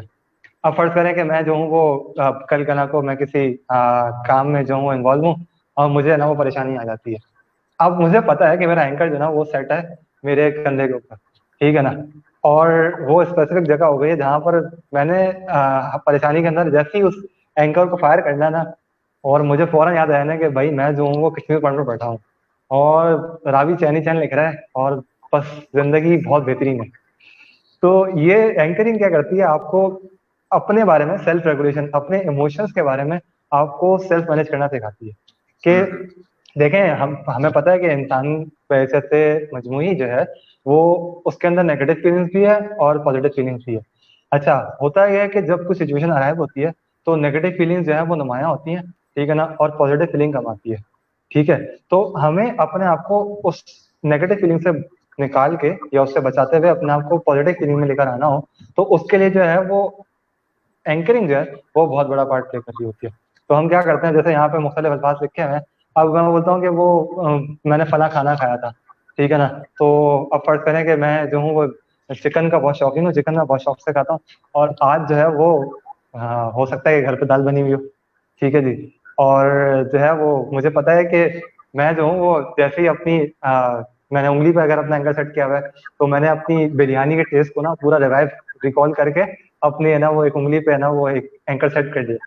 अब जैसे ही मेरे सामने दाल आ रही है, तो मैं जो हूँ वो उस एंकर को फायर करता हूँ, ठीक है ना, और डेफिनेटली चूंकि अच्छा एंकरिंग के अंदर अहम चीज है कि हम एंकर के अंदर जितने ज्यादा अपने हवास इन्वॉल्व करेंगे, अगेन मैं हवास के ऊपर जो पांचों हवास हैं उसकी मुकम्मल इन्वॉल्वमेंट की बात बार बार कर रहा हूँ कि जितने ज्यादा हवास इन्वॉल्व होंगे उतनी ये चीज आपको सपोर्ट करेगी, ठीक है। तो अब मैंने अगर उस खाने के जायके के अंदर, उस माहौल के अंदर, ठीक है ना, उसके ऊपर सजी हुई जो है उस बिरयानी के ऊपर जितनी भी चीजें लगी हुई थी, सजी हुई थी, सही है, उसके जायके, उसकी महक के ऊपर, सही है, उस माहौल के अंदर जब मैंने जिस घर वालों के साथ खाई थी, ये सारी चीजें जब मैंने याद करके इसको मैंने सेट कर लिया एंकर, तो अब मैं उस एंकर की बेसिस के ऊपर अगर दाल भी आती है ना, तो मैं अपने आप को जो है ना वो उस अच्छी याददाश्त के अंदर ला सकता हूँ, और कहीं ना कहीं मेरा मूड चेंज हो सकता है, और हो सकता है कि जो है ना वो डेफिनेटली मैं उसकी बेसिस के ऊपर अपने आप को सपोर्ट कर सकूं कि हाँ बिरयानी नहीं सही, आज दाल से काम चला सकते हैं। तो डेफिनेटली ये बहुत सारे एंकर्स होते हैं, तो आपकी मुख्तलिफ जो मेमोरीज होती है ना, आप उनको रिकॉल करके उनको अपने फ्यूचर में ना इस्तेमाल कर सकते हैं with the help of anchor. This is the one of the finest thing जो उसमें एनएलपी आपको सपोर्ट करती है कि आप अपनी सेल्फ रेगुलेशन और सेल्फ मैनेजमेंट कर सकें। अच्छा इसमें जो है वो जो थोड़ा सा मैनेजमेंट की बात भी करता हूँ, मैनेजमेंट में जिसको इस तरह से हम देख रहे होते हैं कि इसमें हमें ये देखना होता है, एक बहुत कॉमन पॉइंट है कि सेल्फ रेगुलेशन के बारे में, कि हमने एनएलपी की बात तो मैं कर चुका हूँ, हम इसको थोड़ा सा मैनेजमेंट से लिंक करते हैं, तो वो ये कहते हैं कि आपने अपने इमोशंस को ना अपना बटन नहीं देना, कि इमोशंस आप कंट्रोल नहीं कर रहे हैं, you have to take control of your emotions. ये सिंपल सी बात है, सादा अल्फाज में अगर उसको मैं लेके चलूँ एनएलपी के साथ साथ, तो ये बिल्कुल ऐसी है कि मैंने अपने इमोशंस को खुद कंट्रोल करना है, बजाय से कि मेरे इमोशन मुझे कंट्रोल कर सके। सो ये जो है वो सेल्फ रेगुलेशन में भी पार्ट होता है। तो देखें ये जो है नवेद साहब, ये हमारा आ गया इंटरनल वाला पार्ट कंप्लीट हो गया। पहले हमने बात की, हमारा नंबर 1 था जिसमें हम थे सेल्फ अवेयरनेस के ऊपर, जहाँ पर मुझे पता चला कि मेरे बारे में क्या क्या चीज है जो मैं अच्छी कर सकता हूँ, कौन कौन सी फील्ड है, कौन कौन से मेरे वो हैं जिसके अंदर मैं अपने आप को अपनी स्किल्स को इम्प्रूव कर सकता हूँ और आउट परफॉर्म कर सकता हूँ। सेकंड हमारा आया सर, सेकंड हमारा अवेलेबल हुआ जो कि है सेल्फ रेगुलेशन। ये दोनों हो गए इंटरनल। मुझे अपने बारे में तो पता चल गया, मेरी इंट्रापर्सनल स्किल्स तो बहुत इंप्रूव हो गई कि मुझे पता चलेगा भाई मैं कौन हूँ, ठीक है ना, मेरी क्या अच्छाइयाँ हैं, क्या बुराइयां हैं, मेरी अपनी स्ट्रेंथ और वीकनेस मुझे पता चल गई, ठीक है ना, ये सब मुझे पता चल गया। साथ साथ मुझे भी पता चल गया कि मैं अपने इमोशंस को किस तरह डील कर सकता हूँ, ठीक है, मुझे गुस्सा आता है तो मैं किस तरह डील करूंगा, मुझे लोगों से मिलकर किस तरह से बात करनी, अपने आप को जो है वो बुरे हालात में किस तरह से है ना वो सही तरह से लेके चलना है, नेगेटिविटी से किस तरह से बचाना है, पॉजिटिव रहना है तो किस तरह से जो है ना वो इस चीज को है ना वो मेंटेन रखना है कि मैं पॉजिटिव रहूं और अपने है ना वो बिहेवियर को अच्छा रखूं। ये तो हो गया सारा मेरे बारे में, सही है जी। अब जो आता है दूसरा पार्ट वो उससे भी ज्यादा अहम है, जिसमें आता है कि इंसान जो है वो एक माशरती जानवर है, ठीक है, हम है ह्यूमन बींग और हमने रहना है इंसानों के साथ। तो हमारा पार्ट आता है नेक्स्ट, जिसमें हम आते हैं सोशल अवेयरनेस के बारे में। सही। सोशल अवेयरनेस को हम वैसे एक और नाम भी देते हैं, नवे साहब अगर आप बताएं सोशल अवेयरनेस का दूसरा नाम जो होगा, आप गेस कर सकते हैं। सोशल अवेयरनेस को हम ये ले सकते हैं कि ये परसेप्शन से रिलेटेड ही कि हम चीजों को कैसे परसीव कर रहे हैं, जी जी लोगों जी के जी मैसेज को हम कैसे जो है वेलकम कर रहे हैं, और यही सोशल अवेयरनेस, यानी कि जी मैं जी किस तरीके से उस दुनिया को, लोगों को मैं कैसे देख रहा हूँ, ये जी मैं, जी जी यानी हर इंडिविजुअल की एक सोशल अवेयरनेस की स्टेट होगी। तो आई जी जी थिंक जी इसी सेंस में भी आप भी यही बात कर रहे हैं, अगर मैं जी कहीं जी डिफरेंट जी कर रहा हूं जी तो काइंडली क्लियर कीजिएगा। नहीं नहीं नहीं बिल्कुल बिल्कुल ठीक है। मैं बेसिकली आपको उस वर्ड पे लाना चाह रहा था जो कि हमारा वर्ड यूज होता है आमतौर पे सोशल अवेयरनेस में, दैट इज एम्पैथी। कि एम्पैथी जो है वो हमारा सोशल अवेयरनेस का समझ लें एक तरह से मुतरादिफ लफ्ज है, कि सिनोनिम जो है यहाँ पे काइंडली एम्पैथी और सिंपैथी ये भी क्लियर कीजिएगा आसानी के लिए, व्यूअर्स के लिए, ताकि ये सम टाइम ओवरलैपिंग इसको समझा जाता है कि इसका क्या डिफरेंस है दोनों में। मेन एनएलपी की लैंग्वेज के अंदर। ठीक है, ठीक है। अच्छा, सिंपैथी और एम्पैथी को हम अगर बिल्कुल सिंपली समझते हैं तो ये इस तरह से इसका लिंक बनता है कि सिंपैथी जो है वो हमदर्दी के जज्बात है। जी ठीक है जी। अब जज्बात जो है वो कहाँ से आते हैं हमारे, ये है कि मेरे दिल में है ना वो किसी के बारे में वो आया कि यार इसको कितना बुरा लग रहा होगा, इसके साथ बुरा वाकया पेश आया है, ठीक है ना। तो ये क्या हो गया, मेरे जज्बात जो है वो उस बंदे के साथ हमदर्दी शो कर रहे हैं। मैं जाऊंगा उससे जो है वो उसका गम शेयर करूंगा, सही है, या कोई खुशी का मौका है तो मैं जाऊंगा उसको मुबारकबाद दूंगा। ये जो है वो हमारे जज्बात है। तो सिंपैथी जो है वो हमदर्दी दिखाना। Empathy on the other hand ये आपका है रैशनल पार्ट। एम्पैथी होता है एहसास करना। एम्पैथी जो है वो आपने उस चीज को अगले बंदे के नजरिए को समझते हुए, या जो हम कॉमन वर्ड यूज करते हैं कि putting yourself right in the other person shoe. ठीक है, हम अपने आप को दूसरे बंदे के यहाँ पे रख के देखते हैं कि इस वक्त इसको किस तरह से लग रहा होगा, इस वक्त इसके क्या एहसास होंगे, ठीक है, इस वक्त इससे क्या ख्याल और क्या जज्बात होंगे, ये क्या फील कर रहा होगा। तो ये जब हम अपने आप को दूसरे यहाँ पे रख के सोच रहे होते हैं, that is more of a rational thing. यहाँ पर हमारा ब्रेन का पार्ट यूज होता है। तो सिंपैथी और एम्पैथी, सिंपैथी हमारे जो है वो जज्बात हैं जिसमें हम हमदर्दी दे रहे हैं, ठीक है। हमारा जो हार्ट वाला पार्ट है वो हमारा सिंपैथी में आ जाता है, ठीक है। और जो हमारा एम्पैथी का पार्ट है दैट इज मोर रैशनल, यहाँ पर हम अपने आप को दूसरे बंदे के यहाँ पे रख के सोचते हैं। तो वो हमारा जो है वो that is mainly from our head या ब्रेन। तो वो हम थोड़ा सा मैं इसको जो अंडरस्टैंड किया है आसान लफ्जों में यूं कह लेते हैं, एम्पैथी जो है वो हम जो है एक माइंड अप्लाई करके बाय डिजाइन एक एक्टिविटी करते हैं, दैट इज कॉल्ड एम्पैथी। और सिंपैथी एक रिएक्शन है, बेसिकली किसी की एक स्टेट को देखते हुए हम जो रिएक्ट करते हैं उसको सिंपैथी कह लेंगे। जी जी तो जी ये जी बिल्कुल डिफरेंस है मेरे ख्याल से। बिल्कुल बिल्कुल बिल्कुल जी, बेहतरीन बेहतरीन है, ऐसे ही है। तो ये हमारा हो गया एम्पैथी। एम्पैथी का बेसिक वो जो कि हमारा जो सिनोनिम है सेल्फ अवेयरनेस का। तो सेल्फ अवेयरनेस के अंदर जो है वो हमारा जो पहला जो बेसिक पार्ट आता है, ठीक है। अच्छा, इसमें मैं एनएलपी से पहले थोड़ा सा ना मैनेजमेंट की बात कर लेता हूँ। सेल्फ अवेयरनेस अगर एम्पैथी है तो देखें एम्पैथी के अंदर जो है वो, अब मैं थोड़ा सा पहले मैनेजमेंट को रख लेता हूँ और उसके बाद फिर एनएलपी के ऊपर आते हैं। तो मैनेजमेंट इसमें जो बात करती है वो हमारा बहुत बड़ा फैक्टर आता है एक्टिव लिसनिंग का और साथ साथ ऑब्जर्वेशन का। ठीक है, कि जब आप सोशली अपने आप को अवर करने वाले हो ना, इसका मतलब क्या है कि आप लोगों में जा रहे हो। ठीक है जी। अब आप अपने बारे में तो जान चुके हो, लेकिन हम अपने लोगों के बारे में जानना है। तो जब अपने बारे में जानने के लिए इतने जतन किए हैं तो लोगों के बारे में जानने में तो ज्यादा जतन करने पड़ेंगे, ठीक है ना। और वो आसान भी नहीं है। तो उसके लिए हमारे पास जो मैनेजमेंट में दो सबसे कॉमन वो यूज हो रहे होते हैं, वो ये होता है कि आप ऑब्जर्व करें और दूसरा होता है कि आप एक्टिवली लिसन करें। अब एक्टिव लिसनिंग और ये वो होती है कि जब आप तवज्जो देते हैं। एक तो लिसनिंग वो होती है कि मैं किसी से बात कर रहा हूँ और अगला शख्स जो है वो सिर्फ सुन रहा है, ठीक है जी। वो समाज से बढ़ के जो बात होती है ना, सिर्फ हेयरिंग नहीं होती, आपकी लिसनिंग से बढ़ के एक्टिव लिसनिंग होती है कि आप इस तरह से उस बंदे की बातों में इन्वॉल्व हो कि उस बंदे को लगे कि ये जो बंदा मेरी बात सुन रहा है ना, ये मेरा दर्द महसूस कर रहा है। ये आमतौर पे जो मिसाल मिलती है, रमेशा भी हमारे अल्हम्दुलिल्लाह जो हमारे डॉक्टर हजरात हैं और जो माशाल्लाह से जो आजकल जो अल्हम्दुलिल्लाह कोविड में जो जिस तरह से वो लोग सपोर्ट कर रहे हैं, तो ये बड़ा एक अहम प्रोफेशन है कि यहाँ पर जो डॉक्टर होता है जिसको मसीहा कहते हैं, वो जो मरीज होता है उसको इस तरह से उसकी बात को तवज्जो से सुनता है और इतना एक्टिवली उसको सुनता है कि जब मरीज दवा खाने से पहले उसको लगता है कि आधा मर्स उसका जा चुका है। तो ये एक्टिव लिसनिंग का बहुत बड़ा फायदा है। तो आपने एक्टिव लिसनिंग करनी। जी जी यही टूल जो है ना, हमने एम्प्लॉय रिलेशनिंग में, एम्प्लॉय एंगेजमेंट में, ह्यूमन रिलेशनिंग के अंदर हमें अपनी वर्क प्लेसेस में भी इसको इक्वली अप्लाई करके तो यही बेनिफिट हम ले सकते हैं जी कि जी जी हमारे पास कोई एग्रीव्ड एम्प्लॉय आए तो वो जब हमारे से अपनी स्टोरी शेयर करके जाए तो वो एक सेटिस्फेक्शन फील करे कि मैं एक राइट पर्सन के पास आ गया था, अब नो ऑनवर्ड जो है इंशाल्लाह मेरा जो है चीजों का, ये ग्रीवेंसेस का कोई सोल्यूशन उसको मिल जाएगा। तो हम डेफिनेटली। इसके साथ डॉक्टर्स की जैसे आपने एग्जांपल दी, तो बीइंग एचआर आईआर प्रोफेशनल हम इसको अपनी फील्ड में इस तरीके से अप्लाई कर सकते हैं। डेफिनेटली डेफिनेटली बिल्कुल। अच्छा, ये और ये तो for the exam sake of example था। Definitely in every phase of life, whether it's family family है, एक बच्चा है ना वो अपने बड़ों से है ना वो कोई बात शेयर करना चाहता है, ठीक है, तो डेफिनेटली वहां पर एक्टिव लिसनिंग की बहुत अहमियत है।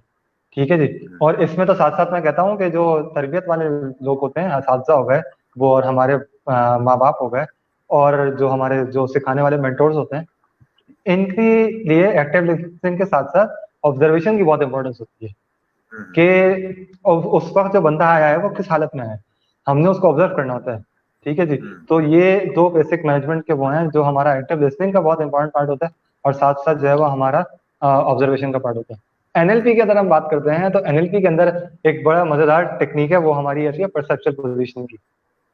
इसमें क्या है कि एक शख्स है वो अपने ही आप को 3 पोजीशन पे रखेगा। तो जो पहली पोजीशन है वो होती है आई की, फर्स्ट पर्सन की, जहां पर वो कहता है कि मैं अपने आप को एक स्टेट में समझ रहा हूँ। ठीक है जी। और मैं अपने आप को इस हालत में देखते हुए, मेरे साथ जो मेरे साथ गुजरी है, मैं उसको अगले बंदे को बयान करूँ कि मैं एक वाक्य में हूँ, मेरे साथ कोई अच्छा वाक्य हुआ तो मैं ये बता रहा हूँ कि मैं उस वाक्य के बारे में फर्स्ट पर्सन होते हुए बता रहा हूँ कि मैं इसके बारे में क्या समझता हूँ, क्या देखता हूँ। अगेन मैं सारे उसमें है ना वो अपने हवा से नोट करूंगा, मैंने क्या महसूस किया, क्या सुना, क्या दिख रहा है मुझे, सही है ना। और अगर कुछ दूसरे सूंघने के और चखने के जाके, सही है, तो वो 2 फैक्टर्स भी हम इन्वॉल्व कर सकते हैं। तो ये मैं फर्स्ट पर्सन के तौर पर बता रहा हूँ कि मेरी पहली पोजीशन ये है कि मैं ये बता रहा हूँ कि मैंने इस चीज को इस तरह से फील किया। अब मैं अपना पर्सपेक्टिव चेंज करूंगा और मैं आऊंगा यू के सेकंड पर्सन के ऊपर, जहां पर मैं बात करूंगा कि मेरा उस बंदे को लेके जो मैं अपने आप को कंसिडर कर रहा हूँ as a you, second person consider करके मैं फर्स्ट पर्सन के बारे में बात कर रहा हूँ कि मुझे इसके बारे में क्या समझ में आया है, कि मैं इसकी जो खुशी का लेवल है उसको किस तरह से समझता हूँ। तो अब मैं ये कहूंगा कि आप जो हैं वो इस खुशी को इस तरह से सेलिब्रेट करते हैं, आप इस खुशी में इस तरह से इन्वॉल्व होते हैं। यहाँ पर मैं फर्स्ट पर्सन नहीं हूँ, मैं अपने आप को सेकंड पर्सन के तौर पे फर्स्ट पर्सन से बात करूंगा। ये हो गई मेरी दूसरी पोजीशन। तीसरी पोजीशन आती है इंटरमीडिएरी की, जहां पर मैं न्यूट्रल होके, अनबायस्ड होके, फर्स्ट पर्सन से उसको उसके सिचुएशन के ऊपर फीडबैक दूंगा, और सेकंड पर्सन से सेकंड सिचुएशन के ऊपर फीडबैक दूंगा। मेरी जो मिसाल यहाँ पर आ रही है वो खुशी की आ रही है। अच्छा, ये एग्जाम्पल सबसे अच्छी फिट होती है जहां पर कॉन्फ्लिक्ट आ रहा होता है। अब ये कॉन्फ्लिक्ट घर में हो सकता है, ये कॉन्फ्लिक्ट जो है वो स्कूल में हो सकता है, ये कॉन्फ्लिक्ट यूनिवर्सिटी में हो सकता है, ये कॉन्फ्लिक्ट जो है वो हमारा रिलेशनशिप में हो सकता है, ये कॉन्फ्लिक्ट हमारा ऑफिस में हो सकता है। 2 लोगों के दरमियान झगड़ा हुआ है, ठीक है जी, और एक बंदा अपने आप को सही करना चाह रहा है, मैं अपने आप को सही करने के इरादे से हूँ, मैंने जो ना अपने आप को पहली पोजीशन में रखा, और अभी दूसरा बंदा मेरे सामने मौजूद नहीं है, सिर्फ मैं हूँ। मैं सोशली अवेयर होना चाहता हूँ, मैं चाहता हूँ कि मैं अपने आप को सही कर सकूँ और बेहतर कर सकूँ। मैंने क्या करना है, मैंने अपने आप को पहली पोजीशन में रखा और मैंने अगले बंदे को सामने तस्वर करते हुए बताया कि मैं इस वाक्य से या इस झगड़े से या इस बात से ये चीजें समझता हूँ। मैंने अपने सामने तमाम जज्बात फर्स्ट पर्सन होने के नाते रख दिए।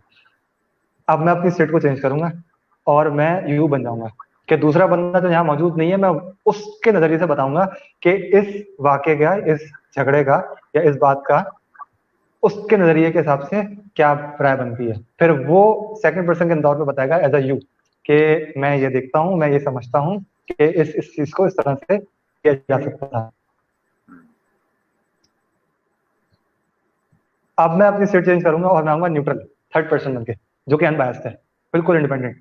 और इस इंडिपेंडेंट पार्टी को हम एक किसी बड़े बंदे से लिंक कर सकते हैं, एक रिलायबल बंदा, रिसोर्सफुल बंदा। हम बोलेंगे भाई, फर्ज करें तीसरा बंदा आ जाए, उसकी पर्सनैलिटी कायद आजम है, सही है, हम बोलते हैं कि भाई ये जो है ना कायद आजम, ये बिल्कुल अनबायस्ड होंगे। ठीक है, तो मेरा जो, हम पहला person, first person, second person, हम दोनों के जो केस को देख रहे हैं वो कायद आजम देख रहे हैं। अब थर्ड पर्सन के तौर पे मैं जो हूँ वो एज्यूमिंग किसी भी बंदे की personality, assuming in our case Qaid की पर्सनैलिटी लेके बात करूंगा। अब जो है वो थर्ड पर्सन पहले फर्स्ट पर्सन से बात करेगा कि उसको इस पूरे केस में क्या करना चाहिए था, उसको बात करेगा। उसके बाद फिर वही सेम पर्सनैलिटी जो इंडिपेंडेंट है वो सेकंड पर्सन से बात करेगा कि उसको इस केस में क्या करना चाहिए था। और ये तमाम चीजें एक बंदा, इस एग्जाम्पल में मैं सोशली अवेयर होने के नाते अपनी 3 पोजीशन करके इस चीज को सॉर्ट कर लूंगा। तो ये बड़े मजेदार टेक्निक होती है, परसेप्चुअल पोजीशन चेंज करके आप जो है वो अपने ही आप को पूरे उस माहौल का, उस पूरे नजरिए के ऊपर ना एक बिल्कुल नया एंगल दिखा देता है। और ultimately it helps a lot कि आप जो है वो, और इसकी ये इस टेक्निक का सबसे बड़ा कमाल ये है कि बाकायदा लोग अगले लम्हों में जाके लोग बाकायदा राब्ता करके लोगों से है ना वो माफी तलाफी करके बात को आगे बढ़ा लेते हैं। तो ये एक बहुत अच्छी टेक्निक होती है जिसके अंदर वो हम वो कर सकते हैं। अच्छा, इसमें एक और ऑब्जर्वेशन की मैंने बात की थी मैनेजमेंट के अंदर, तो एनएलपी के अंदर जो ऑब्जर्वेशन का पार्ट आता है वो आती है सेंसरी एक्विटी। सेंसरी एक्विटी के बारे में मैं थोड़ा सा बताता चलूँ कि सेंसरी एक्विटी जो होती है वो हम बेसिकली जैसे दो लोग बात कर रहे हैं तो उसमें जो है वो हम इंसान के चेहरे के जो वो होते हैं ना नुमाया पहलू, ठीक है, जो उसके फीचर्स होते हैं, उसके टोन, जेस्चर, पोस्चर्स, उसकी जो ना वो आवाज, ठीक है, उसका उतार चढ़ाव, हम इन सब चीजों के थ्रू जो है वो सेंसरी एक्विटी गेट कर रहे होते हैं कि अगला बंदा जो है वो इस वक्त क्या फील कर रहा है। ठीक है जी। तो उसमें हम कॉमनली जो है वो उसकी आईलिड्स की मूवमेंट देख रहे होते हैं, ठीक है ना, उसके बातों में गहराई कितनी है, सीन, उसकी सांस का जो पैटर्न होता है वो हम वो चेक कर रहे होते हैं। ये सारी चीजें होती हैं जो कि हम सेंसरी एक्विटी में यूज कर रहे होते हैं। तो दिस इज द पार्ट जहां पर हमारा सोशल अवेयरनेस जो है वो काम कर रही होती है। अब that brings us to the final part जो कि आता है हमारा रिलेशनशिप मैनेजमेंट, ठीक है जी, जिसमें हमारी आती है सेल्फ सोशल रेगुलेशन। कि अब देखें मैं लोगों तक पहुंच गया हूँ, अब मुझे लोगों को साथ लेके चलना है। अब जो है वो मुझे लोगों को साथ लेके चलना है, तो यहाँ लोगों को जब मुझे साथ लेके चलना है ना, तो यहाँ पर हमारे पास सबसे जो बेसिक पार्ट आता है वो आता है repo. Repo basically means responsiveness, के मैंने लोगों से इस तरह से ताल्लुक बना लिया है कि लोग मेरी बात को समझ लें और मेरी बात पे अमल कर लें। ठीक है जी, उन तक मेरी बात पहुंच जाए और वो मेरी बात को समझ लें, उस पर तस्लीम कर लें और उस पर है ना वो अमल कर लें। ये होती है repo. Repo supports a lot, ठीक है ना, और रेपो बिल्ड करने के तरीके होते हैं जिसके थ्रू जो है वो आप अपनी अनकॉन्शियस के थ्रू दूसरे बंदे से एक डीपर कनेक्शन जो है वो ऑटोमेटिकली बना लेते हैं। रेपो बिल्ड करने के जो कॉमन तरीके होते हैं उसके अंदर हमारे पास मैचिंग और मिररिंग, इसकी टेक्निक आ रही होती है। यहाँ पर कुछ फिजियोलॉजी और टोनालिटी और इसकी जो है वो वर्ड्स, इसकी परसेंटेजेस दी हुई है। तो इसमें जो सबसे ज्यादा पार्ट है वो हमारा फिजियोलॉजी का ही होता है कि हम मैचिंग और मिररिंग के अंदर जो है वो टेक्निकली अगले बंदे के जो जेस्चर्स होते हैं दूसरे बंदे के, हम उसको जो है वो एग्जैक्ट कॉपी कर रहे होते हैं। ठीक है जी। अब मैच करने का क्या है, मैच करने का ये है कि फर्ज करें कि अगर मैं जो हूँ वो इस तरह से बैठा हूँ, ठीक है जी, और तो अगर नवेद साहब आपने मुझे मैच करना होगा तो आप किस तरह से बैठेंगे? मैं मैचिंग क्या होगी मेरे इस तरह से बैठने को देख के? क्या समझ में आ रहा है आपको कुछ? आप गेस कर सकते? यही है कि किसी को जब फॉलो कर रहे हैं तो उसको एक कुछ बंदे के अंदर नेचुरल है और वो सॉर्ट ऑफ आर्टिफिशियल हो जाएगा जब वो किसी को देखे तो उस तरीके से एक्ट करने की कोशिश कर रहा होगा, लेकिन अच्छा उसके सर। अंदर कोई अनकॉन्शियसनेस की वजह से कुछ ऐसी उससे चीजें हो जाएंगी जो उसका जो चीज उसके कंट्रोल में नहीं है, जो उसकी सेंसेस या उसके एक्शन, तो वो तो रिफ्लेक्ट कर देंगे। वो ठीक है। एक्टिंग करने वाला बंदा जो है वो उसकी ट्रेसिबिलिटी हो जाएगी। बिल्कुल बिल्कुल बिल्कुल, ये बहुत आपने अहम बात की तरफ वो किया है। मैं इसी की तरफ आने वाला था, लेकिन मैं पहले इसको बिल्कुल हाईलाइट कर दूं। यहाँ पर अहम बात ये है कि आपने अपने कॉन्शियस को कुछ नहीं करना है। अब देखें मेरा जो सवाल था वो ये था कि अगर मैं ऐसे बैठा हूँ तो अगर नवेद साहब ने मुझसे रेपो बिल्ड करनी है मिररिंग के थ्रू, मिरर करने के थ्रू, तो मिरर क्या है, बिल्कुल एज इट इज। तो नवेद साहब को है ना वो भी उनको इस तरह से बैठना पड़ेगा, थोड़ी के ऊपर अपनी ये शहादत की उंगली को रख के वो इस तरह से बैठ जाएंगे तो ये मिरर हो जाएगा। अब ये मिरर जो है ना वो ऐसा नहीं होना चाहिए कि मैं जो हूँ वो देख के पकड़ लूं कि नहीं नवेद साहब जो है ना वो तो मुझे कॉपी करने की कोशिश कर रहे हैं। ये कॉन्शियसली करने का मतलब ये है कि आप एट टाइम्स अगले बंदे को ऑफेंसिव फील करवा देते हैं।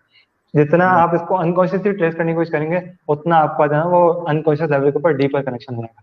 तो ये होता है आपका मिररिंग का कॉन्सेप्ट, जहां पर आप एक बंदे का पोस्चर एग्जैक्टली उसी तरह से वो कॉपी कर रहे होते हैं। अब फर्ज करें कि मैं जो हूँ वो एक एक टांग पर दूसरी टांग रख के बैठा हूँ, तो मुझे एग्जैक्टली मैं भी अगर उसको वो करना होगा, मिरर करना होगा, तो मैं भी वही सेम वाली टांग दूसरी टांग के ऊपर रख के बैठा होऊंगा। ये होता है मिरर का वो। मैचिंग के अंदर क्या होता है कि हम sorry, mirror is revert, my bad, मैंने थोड़ा सा गलत बता दिया। तो मिरर इज रिवर्स, ठीक है, मैचिंग इज द सेम। तो मैचिंग इज कि अगर मैं इस तरह से बैठा हुआ हूँ तो अगला बंदा भी इस तरह से बैठेगा, that is matching, 100% same. Mirror is that कि अगर मैं इस तरह से बैठा हूँ, ठीक है जी, तो जो अगला बंदा है उसने वो इस तरह से बैठना होगा। ठीक है जी, क्योंकि मिरर रिफ्लेक्शन शो करता है। ठीक है ना। तो या अगर जो है वो मैं यूं बैठा हूँ, ठीक है ना, ये तो अगले बंदे ने मैं यूं बैठता हूँ, ये क्या है आपका, मेरा का कॉन्सेप्ट, ठीक है जी। मैचिंग में क्या एग्जैक्ट सेम, मैचिंग में ये है कि मैं जो हूँ वो अगर यूं बैठा हूँ तो अगला बंदा भी यूं बैठ के मुझसे बात करना शुरू कर दे, या अगला बंदा भी जो है वो इस तरह से वो करना शुरू कर दे, ठीक है। और ये एक दो कॉमन टेक्निक्स आती हैं, इसमें हम वर्ड्स को भी इन्वॉल्व कर लेते हैं। वर्ड्स में इस तरह ये किस तरह से होता है कि जो बंदा अपने जुमलों में अल्फाज यूज कर रहा है, हम उसके उसी अल्फाज को यूज करते हुए अपने जुमले बनाना शुरू करते हैं। ये बहुत काम की चीज होती है।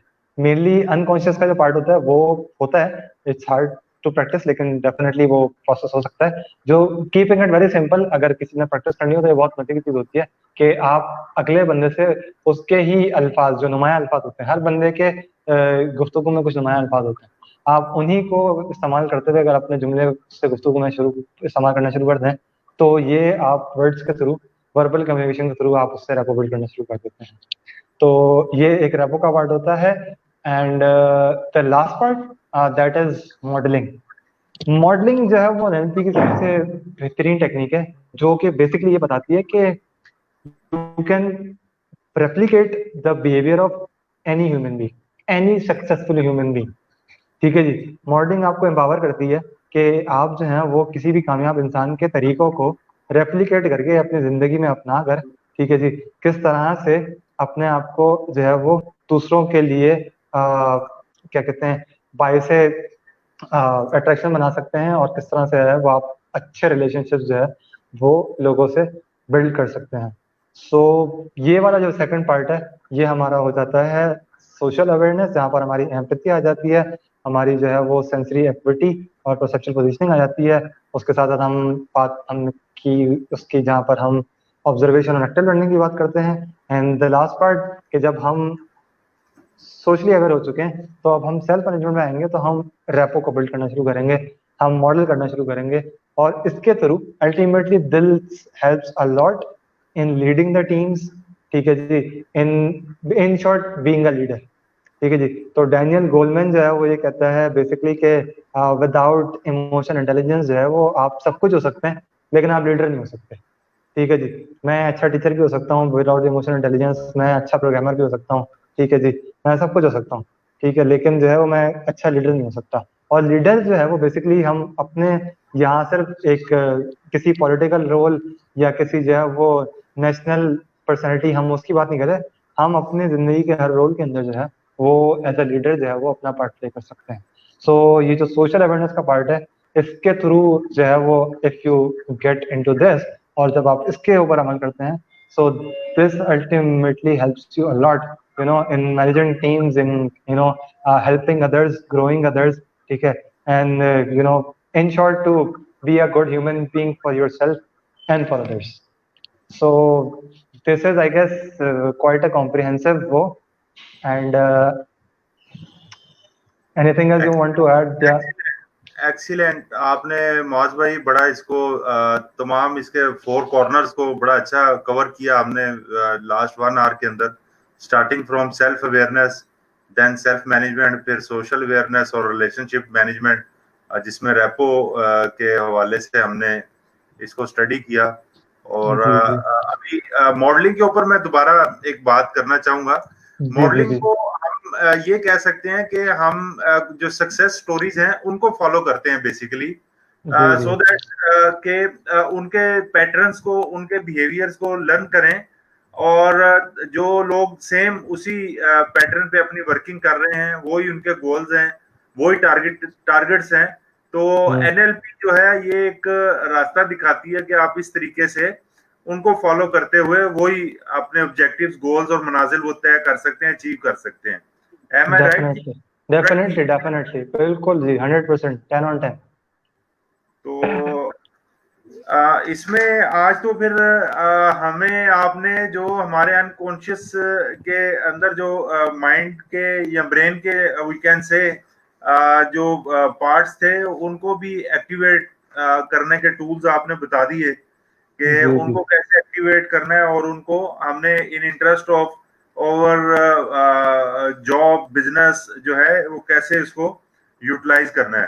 तो मैं इसको क्या इस तरीके से अगर इसको क्लोज करें कि हम्म ये बेसिकली एनएलपी जो है वो that is a study of communication, के कम्युनिकेशन जो है वो हमारे माइंड में कैसे प्रोसेस होती है और उसके क्या रिएक्शंस उसके अंदर से निकलते हैं, और उन रिएक्शंस को कैसे हम कंट्रोल करके तो अपनी एक्शंस जो हैं उनको बेहतर कर सकते हैं, इम्प्रूव कर सकते हैं। तो ये इसका क्रक्स जो है, क्या इस तरीके से इसको हम कंक्लूड कर सकते हैं? जी बिल्कुल बिल्कुल, थोड़ा सा मैं इसमें ऐड करना चाहूंगा डेफिनेटली कि first तो you have actually summarize it very well. तो मुझे खुशी है कि मतलब जो कन्वर्सेशन हमारी हुई है वो ना सिर्फ आपके लिए बल्कि मैं उम्मीद करता हूँ कि जितने भी देखने वाले हैं उनके लिए भी बहुत फायदेमंद साबित हो सकती है। और मुझे पर्सनली बिफोर समराइजिंग इट, मैं personally I would like to thank you कि हमने इस टॉपिक को चुना और इस टॉपिक पे बात की। ठीक है, क्योंकि मेरा कहीं ना कहीं ये मानना है कि ये जो टॉपिक है एनएलपी, इसके ऊपर बात नहीं होती है। ठीक है जी, ये वो स्किल्स हैं जो कि डेफिनेटली बहुत हेल्प करती हैं। और आई लुक फॉरवर्ड के जो है वो इस तरह की चीजें शुरू होनी चाहिए और इन चीजों पर बात होनी चाहिए। आपकी बात को आगे बढ़ाते हुए मैं डेफिनेटली ये कहूंगा कि इसको कम्युनिकेशन के साथ साथ हम ये समझ लें कि एक्सटर्नल वर्ल्ड का जो कम्युनिकेशन है, ठीक है जी, उसको हम अपने जो सेंसेस के थ्रू जो इंटरनल कम्युनिकेशन हो रहा है उसको जितना इफेक्टिवली मैप कर सकते हैं और जितना इफेक्टिवली उसका लिंक कर सकते हैं ना, मतलब इन शॉर्ट उसको जितना अच्छा प्रोग्राम कर सकते हैं। ठीक है जी, ये आपका जो है वो सिंपल डेफिनेशन बन जाएगी एनएलपी की, कि आपको कम्युनिकेशन रिसीव हुआ, आपको इन्फॉर्मेशन रिसीव हुई, आपने अपने इंटरनल कम्युनिकेशन के थ्रू उसको इफेक्टिवली प्रोग्राम करके अपना मैसेज अगले बंदे तक पहुंचा दिया। ये बड़े ही आपने विद प्रैक्टिकल अप्रोचेस सारा शेयर किया है। अच्छा, इसको मैंने देखा कुछ लोग जब जो ही एनएलपी की बात होती है तो इसको हिप्नोसिस और हिप्नोटिक उसके साथ भी लिंक करते हैं।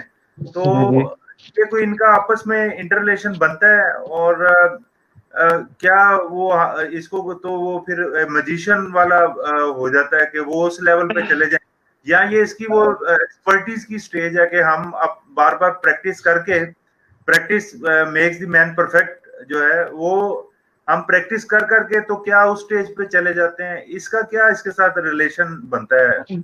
जी, वेरी गुड। ये क्वेश्चन जो है ना वो बहुत काम का पूछा है आपने, देखें ये I highly appreciate about this question. ये बहुत बहुत बड़ा एक मिथ है, ठीक है ना, अबाउट हिप्नोसिस। देखें हिप्नोसिस के ऊपर तो एक पूरी अलग जो है वो मैं आपसे सीटिंग कर सकता हूँ डेफिनेटली। ठीक है ना, तो हिप्नोसिस के ऊपर तो एक पूरी अलग बहस हो सकती है। ठीक है ना, हिप्नोसिस के बारे में पहली चीज ये बता दूं कि हिप्नोसिस का एक तो पॉइंट ये है कि हिप्नोसिस का लिंक है एनएलपी के साथ।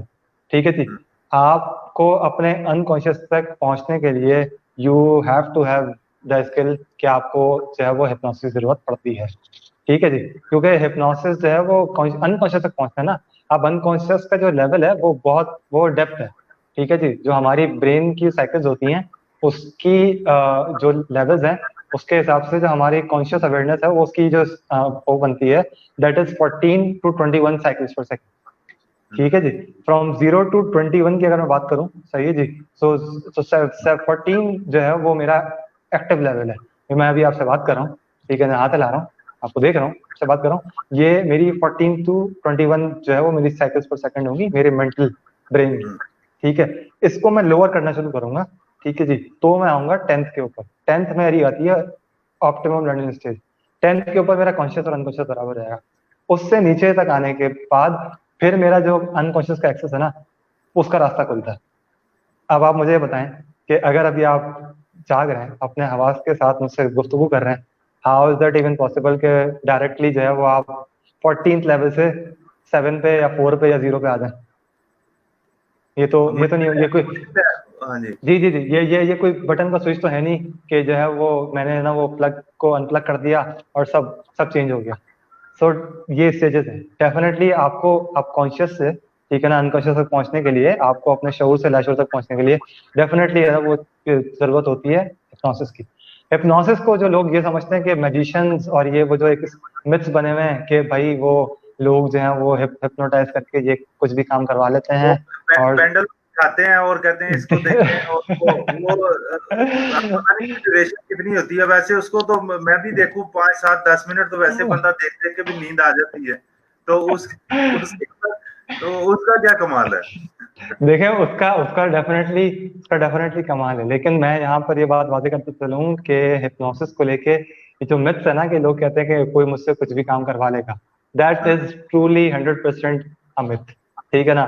जो काम आप कॉन्शियसली नहीं करना चाहेंगे वो आप हिप्नोसिस में कभी भी नहीं कर सकते। अगर मैं सिगरेट नहीं पीता तो मुझे हिप्नोटाइज करके कोई सिगरेट नहीं पिलवा सकता।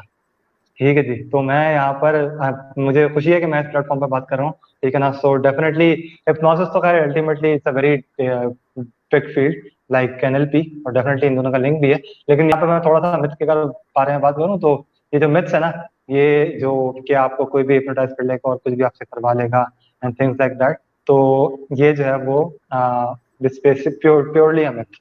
ठीक है। बाकी पेंडुलम जो एक्सपेरिमेंट होता है वो होता है, लेकिन बहुत माइल्ड लेवल के लिए होता है। ठीक है ना। वो आपकी जो बेसिक बिहेवियरल चेंज होते हैं उसके लिए जो ना वो आपको इम्प्रूव कर देते हैं।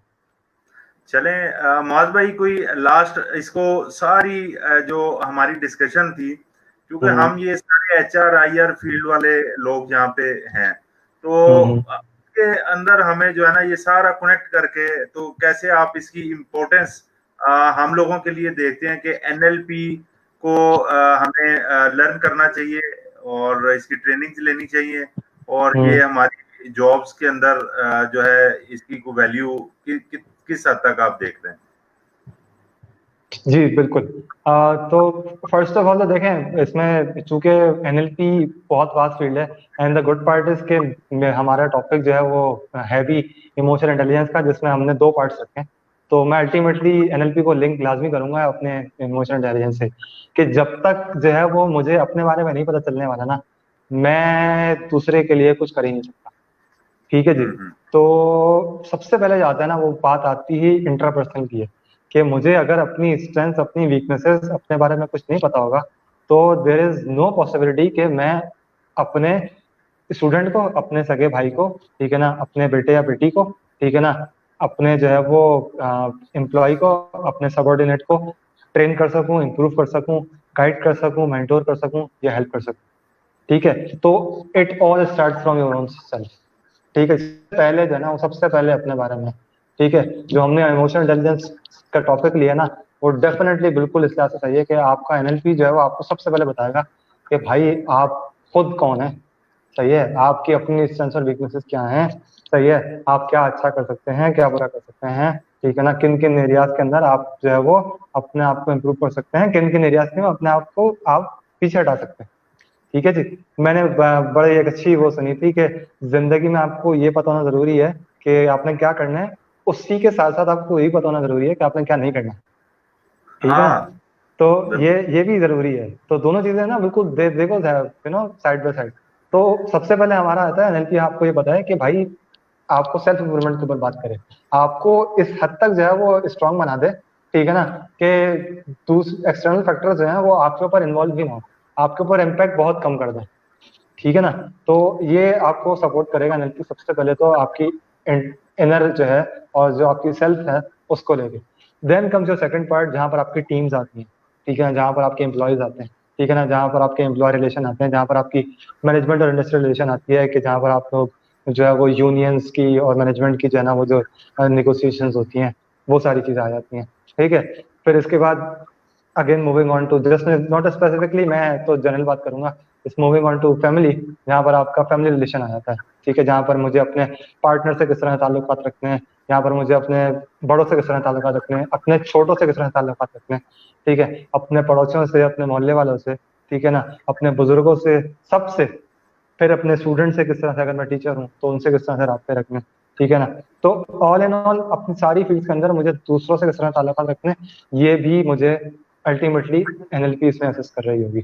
सो समिंग अप ऐसे ही है कि you have to first get yourself and know yourself, and once you know yourself then ultimately you know how to reach other people. So I guess that's a bit of a summary. और मुझे उम्मीद है कि सबसे ज़्यादा I am again thankful कि आपने बहुत एक अच्छे टॉपिक पे मुझे है ना वो मदद किया, और मुझे बहुत खुशी है कि हम इस टॉपिक पे आज जो है वो बात करें, एंड आई लुक फॉरवर्ड के I can you know ultimately मैं कहीं भी अगर अपना कंट्रीब्यूशन ऐड करना चाहूँ, so I would love to contribute. For sure. Thank you very much Muaz भाई, आज आपने टाइम निकाला और ये उस टॉपिक के ऊपर आज आपने अपनी एक्सपर्ट ओपिनियंस शेयर की, बीइंग एनएलपी प्रैक्टिशनर, जिस पे हमें इतना मटेरियल नहीं मिलता, इसके इतने हमें प्रैक्टिशनर्स नहीं मिलते। माशाल्लाह आप इस सब्जेक्ट के ऊपर एक्सपर्ट हैं, आपकी ग्रिप है और आपने प्रैक्टिकल अप्रोच के साथ हमें आज काफी अवेयर किया कि इस सब्जेक्ट को, इसकी इम्पोर्टेंस क्या है, इसकी डिटेल्स क्या है, इसकी मिथ्स क्या है और प्रैक्टिकली ये सब्जेक्ट क्या है। तो आज जो टेक अवे है व्यूअर्स, वो हम ये समझ सकते हैं कि एनएलपी इज इम्पोर्टेंट और अपनी थॉट्स को रिफाइन करने के लिए, अपने इमोशंस को कंट्रोल करने के लिए, एक कम्पिटिटिव एज लेने के लिए, अपने डोमेस्टिक रिलेशंस में, अपने प्रोफेशनल लाइफ में, रिलेशंस में और external relation including professional weekend से, तो एक आपने कम्पिटिटिव एज लेना है तो आपको you must have knowledge of NLP. NLP जो है वो आपको हेल्प करेगी अपने ब्रेन का प्रॉपर यूज, रिफाइंड यूज, उसके ऊपर हेल्प करेगी और दूसरों के बारे में आप बेहतर जान सकते हैं कि वो कहाँ पे खड़े हैं और वो आपको किस तरीके से देख रहे हैं, आपसे क्या एक्सपेक्ट करते हैं। तो जब ये मालूमात आप एनएलपी की अप्रोचेस के साथ लर्न कर लेंगे, then you will be able to produce better results at your work places and at your home as well. और आज इसी नोट के साथ आज के शो को खत्म करते हैं with a big round of applause at this stage, I can say. Thank you so much. Thank you so much. I appreciate. इंशाल्लाह फ्यूचर में भी आपको ज़हमत देंगे और इस सब्जेक्ट को जो है मजीद एलैबोरेट करेंगे, keeping in view the interest of our viewers. और at the end, I would say thanks to all viewers.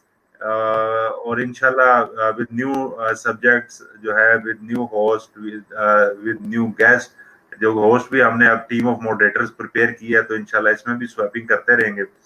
तो इंशाल्लाह दोबारा मिलेंगे। अस्सलाम वालेकुम जी, खुदा हाफिज। थैंक यू, खुदा हाफिज।